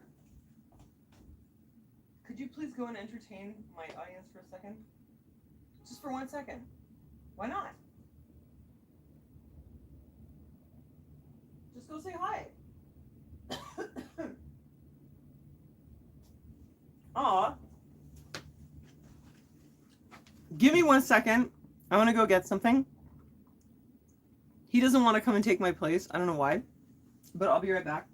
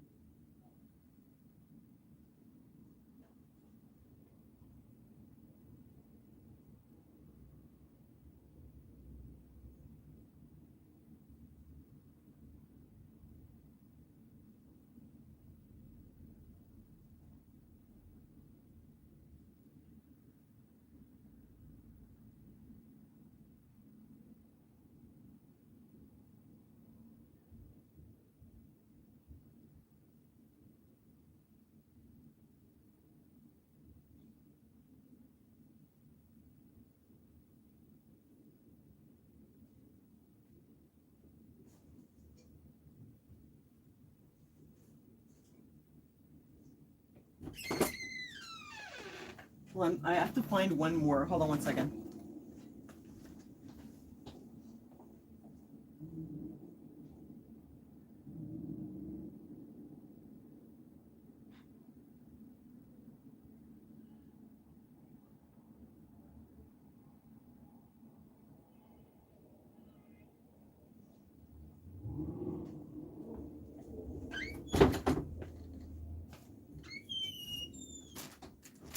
You guys still there? Okay, I wanted to show you something. There was a couple of them that I got, and I couldn't put them up for sale in my store.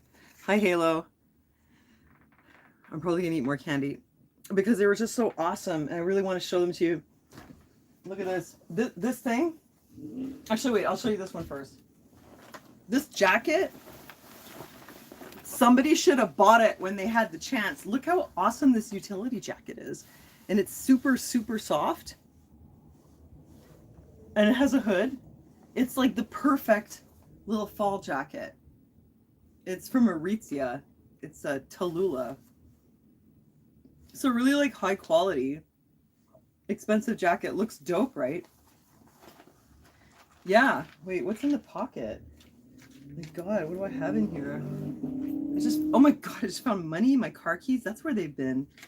Shit. I went out last night, I guess, and I had a Sharpie. Why not? But yeah, this jacket, and it's a big size, right? So highly desirable. And I posted it a couple months ago. And I asked for $58, and I thought, like, that's a pretty good price, but I won't get it. But maybe I'll get 50 or 45 minus the 20%, you know. And then I even sent a few offers for a discount, and they didn't take them. And I was like, I went down to 20% off with a shipping discount. And then I was like, you know what? I'm not going to sell this thing for like 35 or 40 bucks and take away Poshmark's thing minus what I paid for it. What for? I'll just keep it. So now I'm wearing it and I love it. And it's just too bad for them that they didn't get it. No way I'm getting rid of it now. I love it too much. And this thing, oh, I'm crazy about this. It's like vintage boiled wool. I don't know what you call this. If you guys know what this style is, I cannot list this thing. I'm obsessed with it. It's just the coziest thing. It's got like embroidery here. Well, it's got top stitching and then it's got embroidery, but it's just so comfortable. It's so warm because it's all wool, because my apartment's always freezing cold. They haven't turned the heat on yet. Boiled wool, yeah, so it doesn't shrink, I guess. It has a certain texture. This boiled wool, it's really like firm. It's almost like a jacket. Pockets? No, it doesn't have pockets. No, it's not pockets, just embroidery. But it's so warm and I just love it. Yeah, so they don't turn the heat on. So like it starts getting cold in October, but they don't have to turn the heat on until like the 21st of November. And they usually wait right till the end. Now my throat's like all tickling me. I must have like breathed in fibers. Oh my God. Anyway, so I'm in the elevator and there's a couple girls from India, lots of people from India in this building. And they're like, oh, it's so cold. And they said, when do they turn on the heat? And I was like, oh, I hate to tell you, but you might be waiting for a while. So they usually don't turn it on until like late November. And I told her, you better just leave your oven on and get yourself a space heater. That's what everybody does. And the look on her face, she's just like, she's just horrified. Like, what have I gotten myself into? I felt bad for her. I was like, yeah, welcome to Canada. I remember the year before, like there was a group of like Indian girls in one of the apartments and they were just horrified when it got cold. They could not cope. They were so upset. The girl, they came to my door like auntie, you know? She came to my door and she's like, I'm so cold. I don't know what to do. And I gave her a space heater. They were just like, oh, it really, imagine you live in a country where it's like nice and hot and then all of a sudden you're like freezing your butt off and you're not prepared for it, Yeah, they have trouble sometimes adjusting to that. I gave her the space heater. I ended up letting her keep. I was like, yeah, you keep it. I don't even need it. Like, I'm a hardy Canadian. I'll just turn my stove on. I'll be good. You know? You're a delicate flower. These delicate young girls, they need the space heater more than I do. Yeah, Auntie Sonia. I know, I'm like auntie around here. Oh, there's this guy. He works at the vape store. He's such a darling. What's his name? Kenny. And I always talk to him at the vape store. The other day, I ran into him at the laundry room. And he starts talking to me. And we were just talking about all kinds of stuff. And he's asking me all these questions about the laundry. And then I went to take care of my stuff. And he's standing there and he's got the machine open. And he's looking so forlorn. He was like looking all lost. And I was like, oh, do you want Auntie to help you? Such a darling. Yeah, they're like the people who are not from here. They're used to being friendly. You know, they're used to having aunties.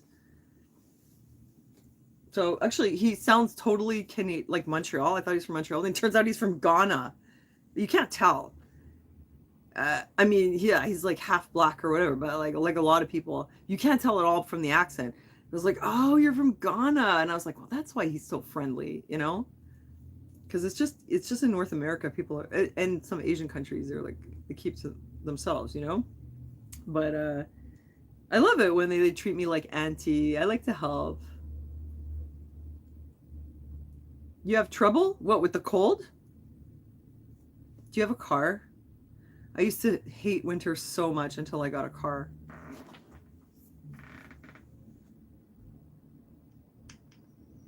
I'm seriously like turning into the crazy old lady now. I'm like auntie to all the neighborhood kids. I like being auntie because I don't really have a lot of like family, so I can be auntie to all these people. It's fine. They can always come to my door when they need anything. I will help them out. What? No, John, that's so dirty.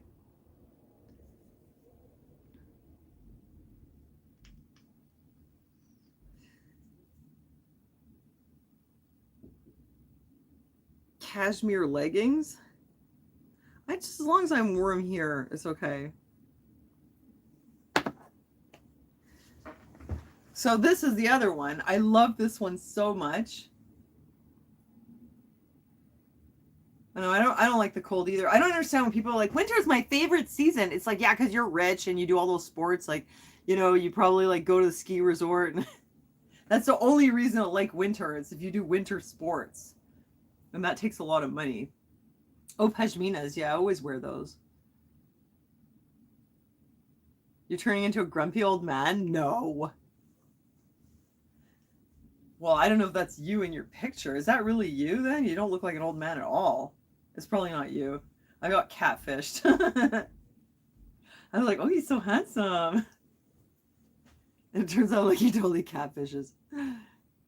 Well, yeah, this thing, okay? This is so weird and eccentric. I wore it yesterday. I got invited to a birthday party, which is totally not common for me at all. Let me tell you something about this birthday. I went there, and the last time I went to his birthday was like 5 years ago. Last time I brought him a big bottle of booze, and he really liked it. And and then this time I brought him a booze, and he's like, "Oh, I just quit drinking 2 weeks ago." It was like, you know, it was like a real Anita moment. And well, he's an alcoholic, so I figured there's only one thing he wants for his birthday. And then I showed up with a primo bottle of Sortilege maple whiskey. And he told me, well, I just quit drinking 2 weeks ago. It's like the worst thing that could happen. Like total irony. The guy's been alcoholic for like forever, you know. He just quit drinking. And I was thinking, well, maybe he'll start again, you know. And here's your booze. And he took it home. Anyway, this jacket. So I went out last night and I wore a leopard print dress and I wore this on top. You know, I was trying to get him like the right gift, and then it turns out actually I actually got him like, you know, like daily reflections, meditations, or something like that instead. I'm just joking. You did? You catfished me? Put up a picture of yourself. Probably. Wait, he looked like super handsome in his picture. It's just the face, right, with a beard, and then Okay, put up the picture of yourself the way you really look. Like weighs like 500 pounds with like his Disney shirt and like a bottle of Coke or whatever in his hand with like the most unflattering angle. He won't do it. Anyway, so I wore the leopard print dress and I wore this, which is so crazy. I got this at it was like the church sale. It's got crochet lace here. It's got rabbit fur. It's so weird and I love it so much. And it's all wool. Look, rabbit fur collar. And then it's got these buttons with, you know, and it's really old. And I don't know how old it is, but it's old. I mean, I would guess it's just like hippie 1970s or something, but is it ever cool? So this is one of my new favorites, along with that other thing. I'm really into that now. These nice little like wool jackets, which I would have never bought before. What did I wear before? I don't know, just my H&M acrylic sweater. But now I can dress like a rich lady. It's giving Dutch vibes. Okay, hold on a second. Let me check, because I think it's from Europe. Dutch, really?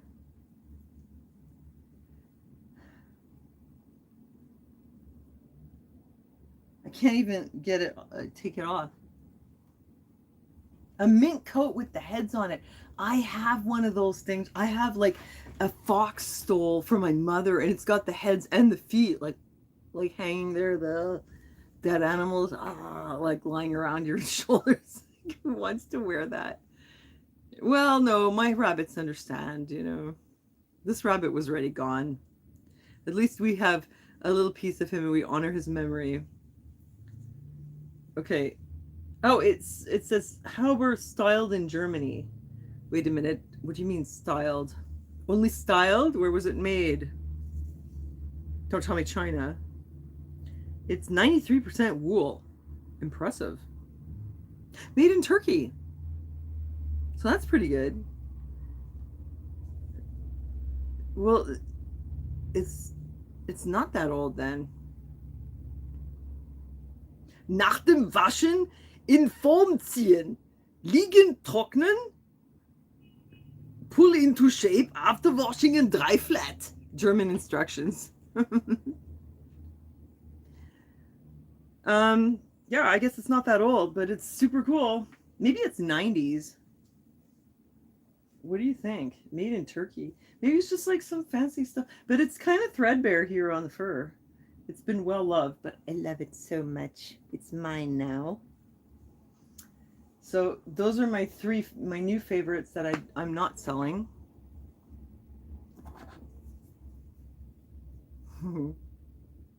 Teresa's writing in German. I'm impressed. Oh, I miss my family in Germany. It's terrible. I miss them so much.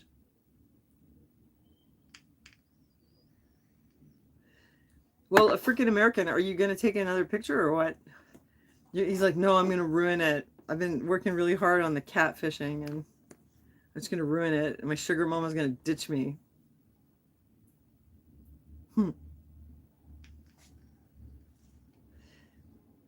You just sold a faux fur vest. You guys want to see? Look, I got this thing here. I love showing you my stuff. I always end up doing that at the end.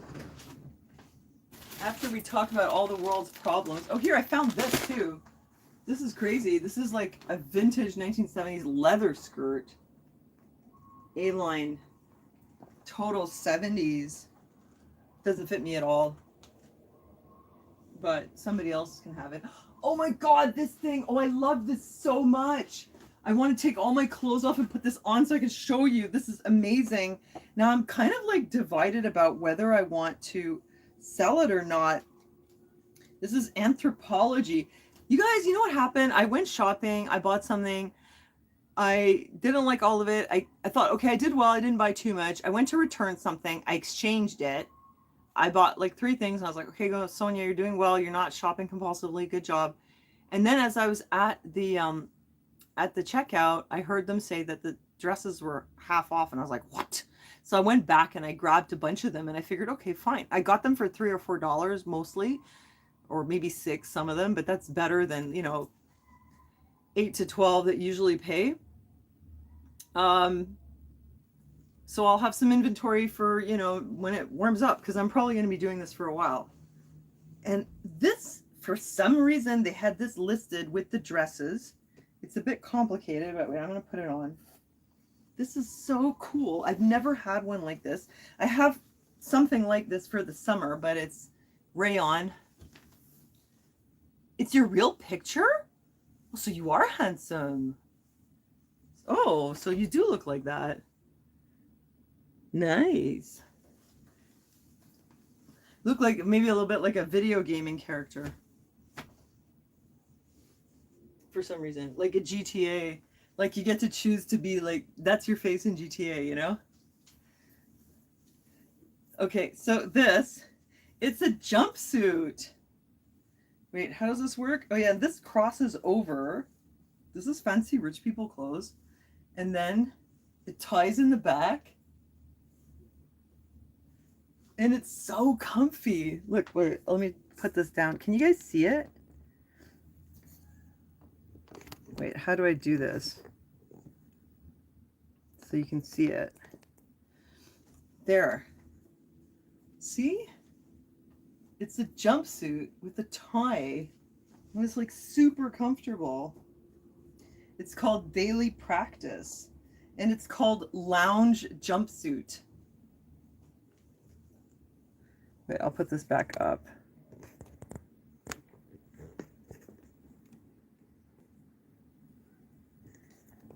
Okay. Can you see my lounge jumpsuit? Normally it's much more like cut out. It goes all the way down here. What do you think? Crossover lounge jumpsuit. They call it ruffled lounge jumpsuit. It's for lounging. This is what like rich ladies who live in Westmount, when all they have to do is like hang out at home and lounge, this is what they wear. This is lounging wear for lounging around on your big white sofa. It's so nice, and it has pockets. With the right accessories, what do you, like a yoga mat. Make it look like you're going to some exercise class. I love this thing. I don't know if I'm gonna always keep it and wear it, but I'm not sure if I want to list it, you know? Well, if I list it, I'm probably gonna like ask for a lot of money for it, and if somebody offers me a lowball offer, I'll just say no. Because I take low offers, you know, not if they're super low, but I'll sell things for like 20 bucks. If I had something that's been kicking around and I ask for 30 or 40, and somebody goes, well, do you want 20? I'll be like, okay, you know. So I made like 10 bucks on it after the cut, but still, you know, it's just like whatever. I'll just clear out some inventory. Lounge on your big white ass. Well, no, yeah. Well, it's like kind of stuck in it. It's a very complicated suit, but it's pretty cool. And here's what else I found. I've been sourcing kind of better stuff. I got this on the special, so I paid less. It's from Anthropologie, Pilcrow. What size is it? What? US 12. That's crazy. I love that I find these like larger sizes. Now I'm gonna get attached to this thing. I haven't even tried it on. I'll just try it on now. This is the shit, you guys. Anthropologie. Ah, I put the top in the other room. Top was like my trophy. Okay, let's see if it fits me. It smells like whoever had it. It smells like their perfume. Pretty cool. It's like nice and preppy. Wait, let's see if it really fits though. I'm kind of like, size 12 you say, huh? Let's see. Oh yeah. What's this? Oh, it has a belt. I haven't even tried it. I don't even, what? How does this work? Oh, like this? And then, I don't know how to do this. I know there's a way to do it, but I don't know what it is. Actually, I think you can just,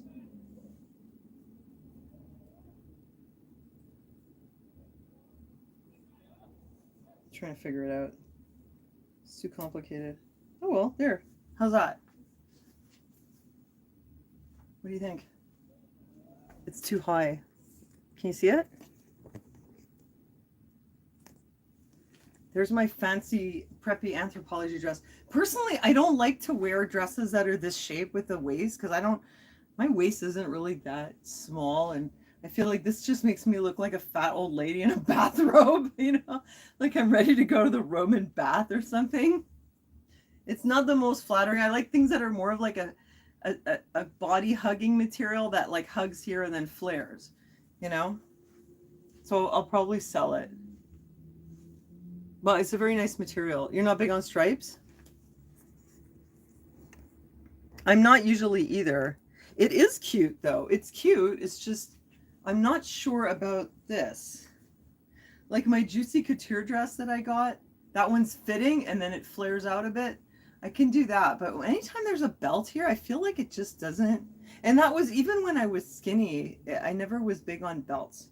But anyway, so that's one. Hi, Arc Rosie.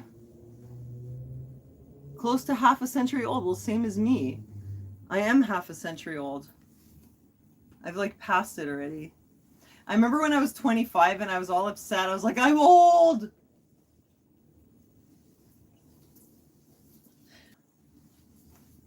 So silly. Now I see women that are 35 and I'm like, wow, they look so much like kids.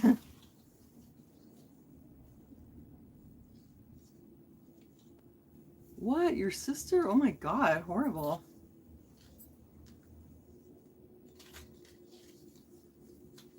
You guys are all in the States though, right? I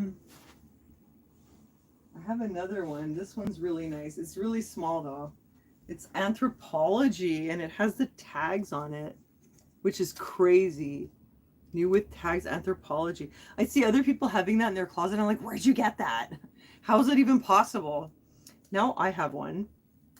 Size extra small.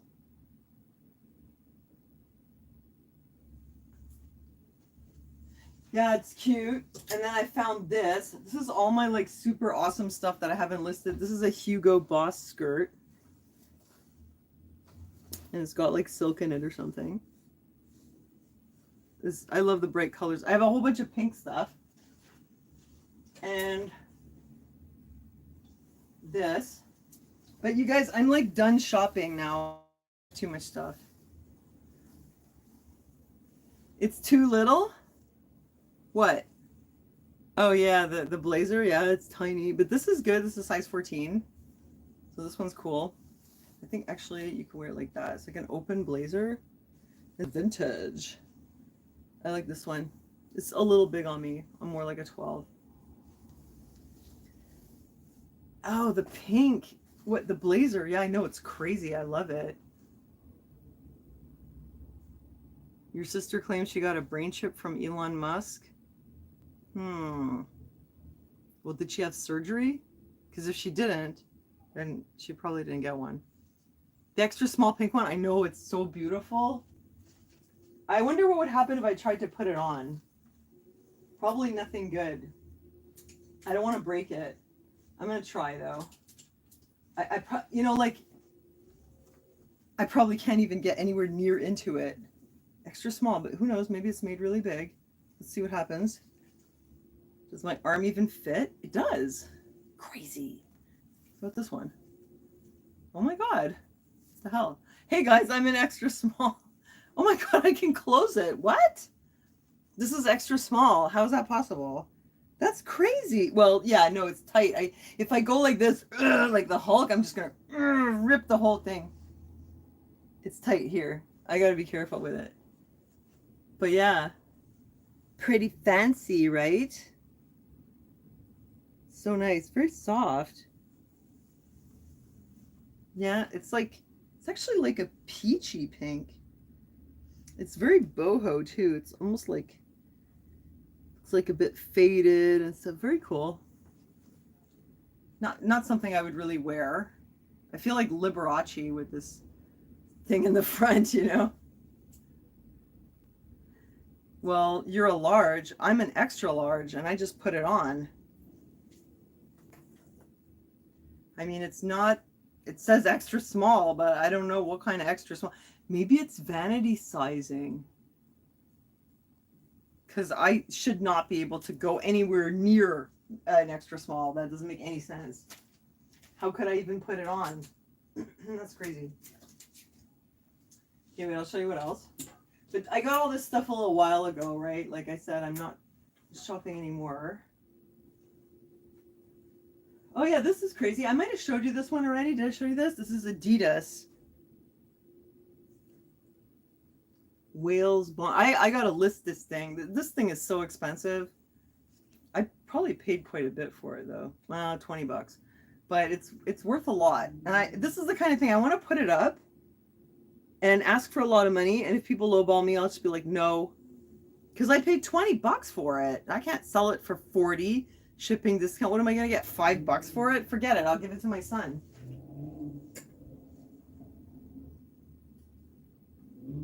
Oh yeah, there's this. This is kind of cool. You guys remember my Cousteau shirts? John Candy? Really? It was preppy. This is Cousteau, and it's super soft. What is it? I'll ruin it in 1 second. I'll put lipstick on it or something. Was that a mark? So people get like one tiny little mark on something. Like there's a little mark here. They're like, oh, it's ruined. Give it away. Get it out of here. I guess it has a small mark. I didn't see it before. Super soft though. It's like, oh, it's like a velvet kind of, but it has like an embossing in it, like a crocodile print almost. Yeah, like a crocodile print. It's all like shiny. It's Cousteau. It has this on the back. So I thought that was interesting. No, it's not silk. Look, it's, you know, they're expensive when they have like metal tags. Well, let me see what it's made out of. Usually they're like, they've got some viscose in them. What? Great sample? Sorry, not for sale? How's that possible? Size small, warning, inside out, 100% PES. What is PES? So weird. It says sample not for sale. Weird. Well, I got it. Interesting. Strange. I didn't even notice that. And then I have this one too. It's Elisa Cavaletti, another fancy brand. I think I showed you this one before. Look at a cute little thing hanging here. What size is it? It says extra small, but I'm not sure if that's true.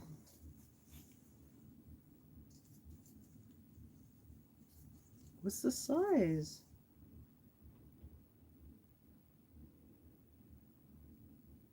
UK 8. That's like a 6. So that's like a medium. I don't know. It says extra small though.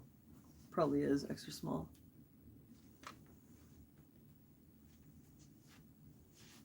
And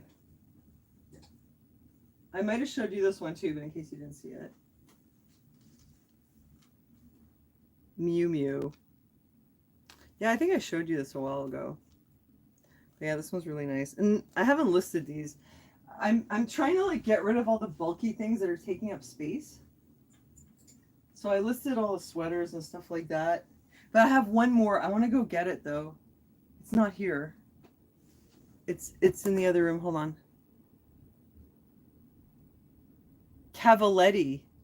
No, caviar. Yeah. Hold on, I'm gonna go get the other one.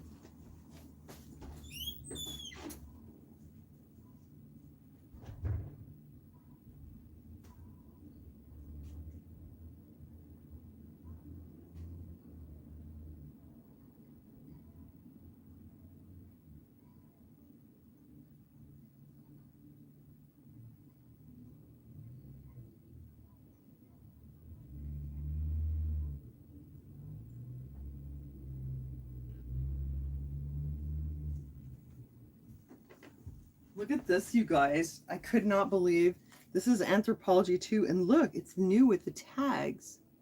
And yeah, it's a medium. And it's a velvet peasant blouse. That's super gorgeous. I'm thinking I probably shouldn't hang it like this. Am I going to ruin it? Oh no, maybe not. Pretty, eh? Can you believe that? And it's pretty recent, but I think, no? I thought, oh wait, no, it smells a little smoky. Ah, just a little. I know Anthropology is cool, yeah. It's so boho, but I like all that stuff like Free People, Anthropology, and all the Aritzia stuff. But, I mean, I'm really excited when I find it. Yeah, it's really pretty. So I'm hoping that I can sell this one.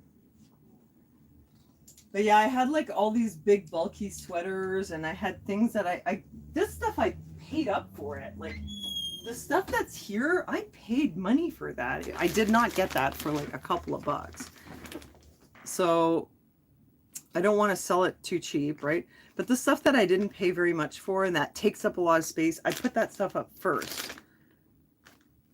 It's just how I ended up doing it. But I have plenty though. Like I could probably be listing things for a while. And I got this. I got a list of Miu Miu. I don't know. I have to figure out what it's worth first of all. I'll probably get lowballed. If you guys ever want anything, I've said this before, if you ever want anything that you see on my Poshmark, you can just email me, thetruthergirls@gmail.com. I'll give you my closet. Because I've showed you a lot of the stuff. And I'll give you a better price, obviously, because Poshmark has a fee and all that. Like Shannon just bought a bunch of things for me. I gave her a huge discount. Actually, I won't put it in the chat. I'll just tell you, thetruthergirls@gmail.com, just for you. Yeah, this is really old. Cardish furs. I think it's mink. I think it's brown mink. Look at that. And it's in really good shape. It's a mink stole. Isn't that amazing?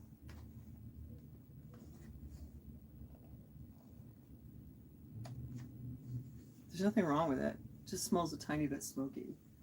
So nice, eh? Imagine that. Going out like this. You need like an evening gown and then your fur stole just for when you get out of the car.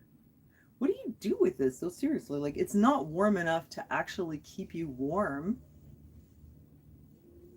It's just like really, you know, soft and luxurious. Makes everybody want to pet you, I guess. It's beautiful though, right? I couldn't even believe I found this. I find a lot of like stuff that's sort of okay, but not often that I find something really, really nice like this. It's in such good shape too. So I'm putting it away for now. Yeah, and like the fur is good. It's not all cracking or anything. Lingerie. Roadkill vibes. You guys are so funny. Yeah, I told you I have one that it really looks like roadkill. It's a little fox. It belonged to my mom. Some hippie will throw paint on it. Oh God, no. Come on, this thing's been dead for like 100 years, you know. Let it rest in peace. Don't throw paint on it. I don't think they do that around here because a lot of Canadians do wear fur. Yeah, I mean, you know, it's already dead since a long time, so what's the harm? So I guess that's pretty much my haul. I'm trying not to do hauls anymore, though. I've had enough stuff.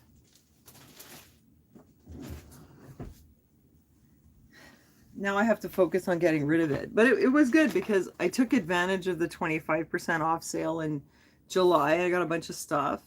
And then they had a special on skirts. So I bought a ton of skirts, including the Hugo Boss skirt. It was weird because like I always find out at the end of the day. And I guess I get what's left over. So then I finally gave them my email and I was like, yeah, put me on the mailing list. Because I never know. until it's like too late, and I just happened to stumble in there and get the leftovers. You're gonna send it to me. It's gonna cost you a fortune in the mail. I'll have to pay for the shipping. It probably cost me more than the thrift store. I've been telling my friends though, like, if you're getting rid of your clothes, like, call me first. I'll maybe buy some off you, you know? That's how I got this thing.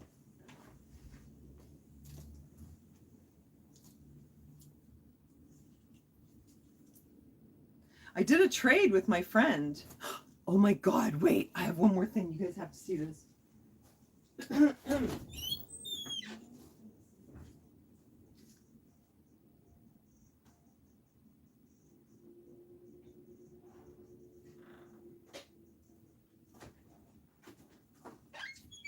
what I got. It's an Ed Hardy jacket. It's a real deal. Y2K Ed Hardy. Red leather.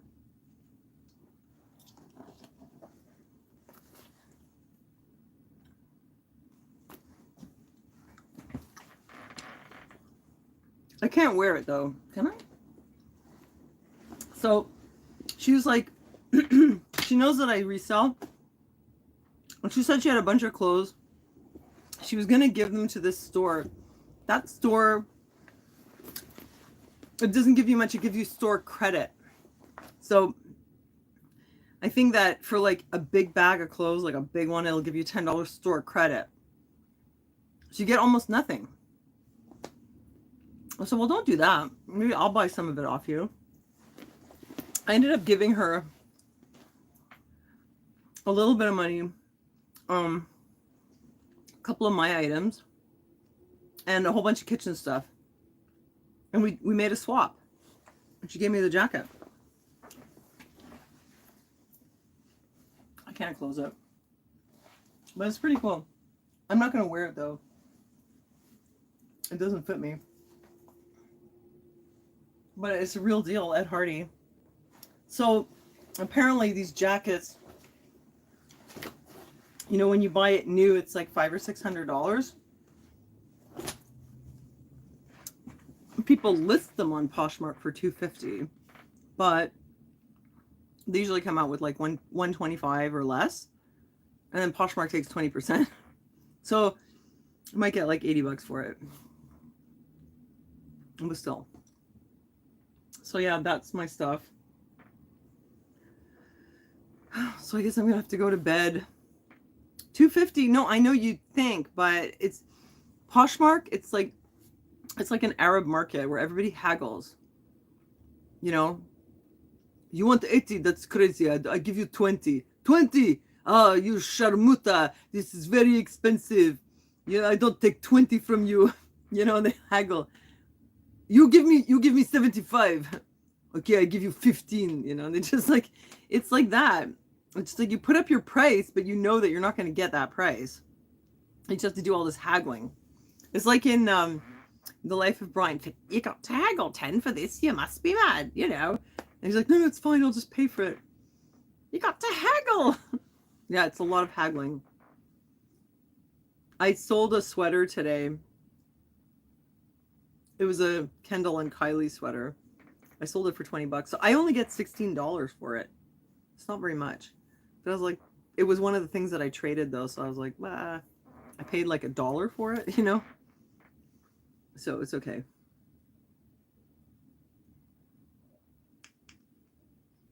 The brown thing?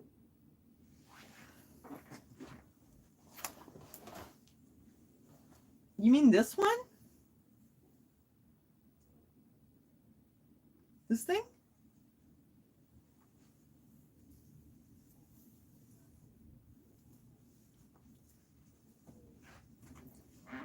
This one or the fur? I don't really know what Hiawatha is exactly, but I'll have to look it up. I've heard of it though.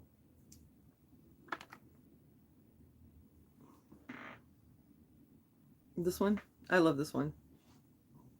I like all the furry stuff. Native American, yeah, but who's Hiawatha though? He's like a chief or something? This one looks Native American? No, this one's like styled in Germany. It looks European to me. It's got like this. It looks like really old style though, or like old vintage inspired.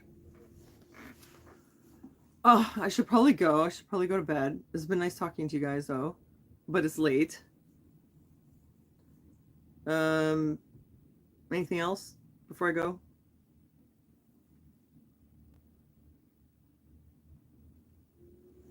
Oh, the Tartars again. Bougie Dutch. Yeah, I better go. I have to like. Now my life is just like trying to keep this place in order. And I realize like it's probably gonna be like this forever because I'm always gonna be selling stuff and I'm always gonna have like tons of stuff everywhere. Okay, well, it's been really fun. Oh wait, somebody sent an offer for 50%. Are you kidding? I'm not giving to charity. Yeah, like I had that it was like a velvet sweatshirt. I had it listed for 40. She offered me 20. But I thought, well, you know, if I had done like the 30% off with the shipping discount, I would have had it for like 25 with minus $4 or close to that. And I thought, well, it's a difference of a couple of bucks. Who cares? Take it. It'll clear some space, you know? Yeah, organization. I know. I gotta work on the system.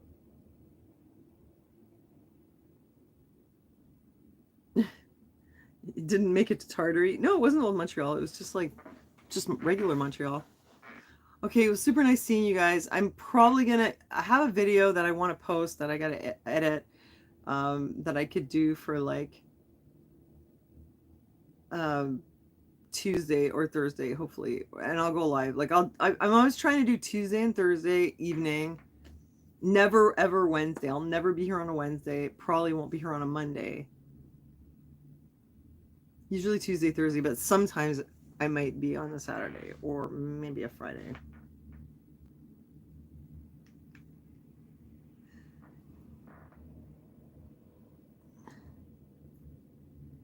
I'm just looking at what Lorena's saying.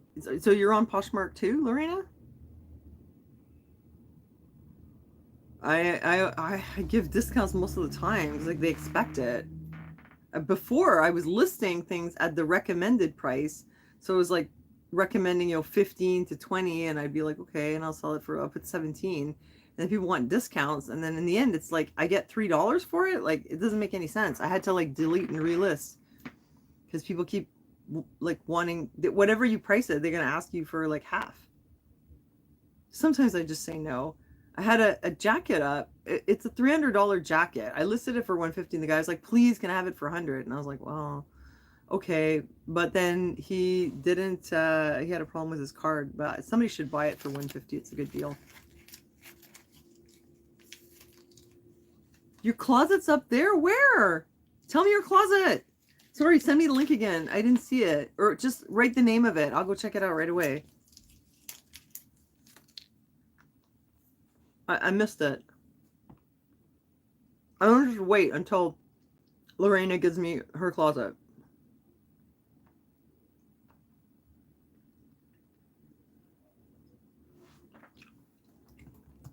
What's your closet name? She's leaving now. Oh, I missed it. I don't have to go look for it.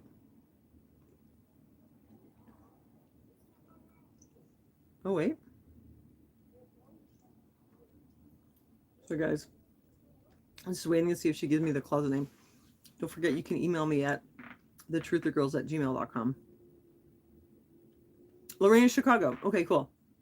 Okay, good. I'm going to check out your closet. Okay, thanks for pumping in, you guys. I love you. God bless. Have a good night, guys.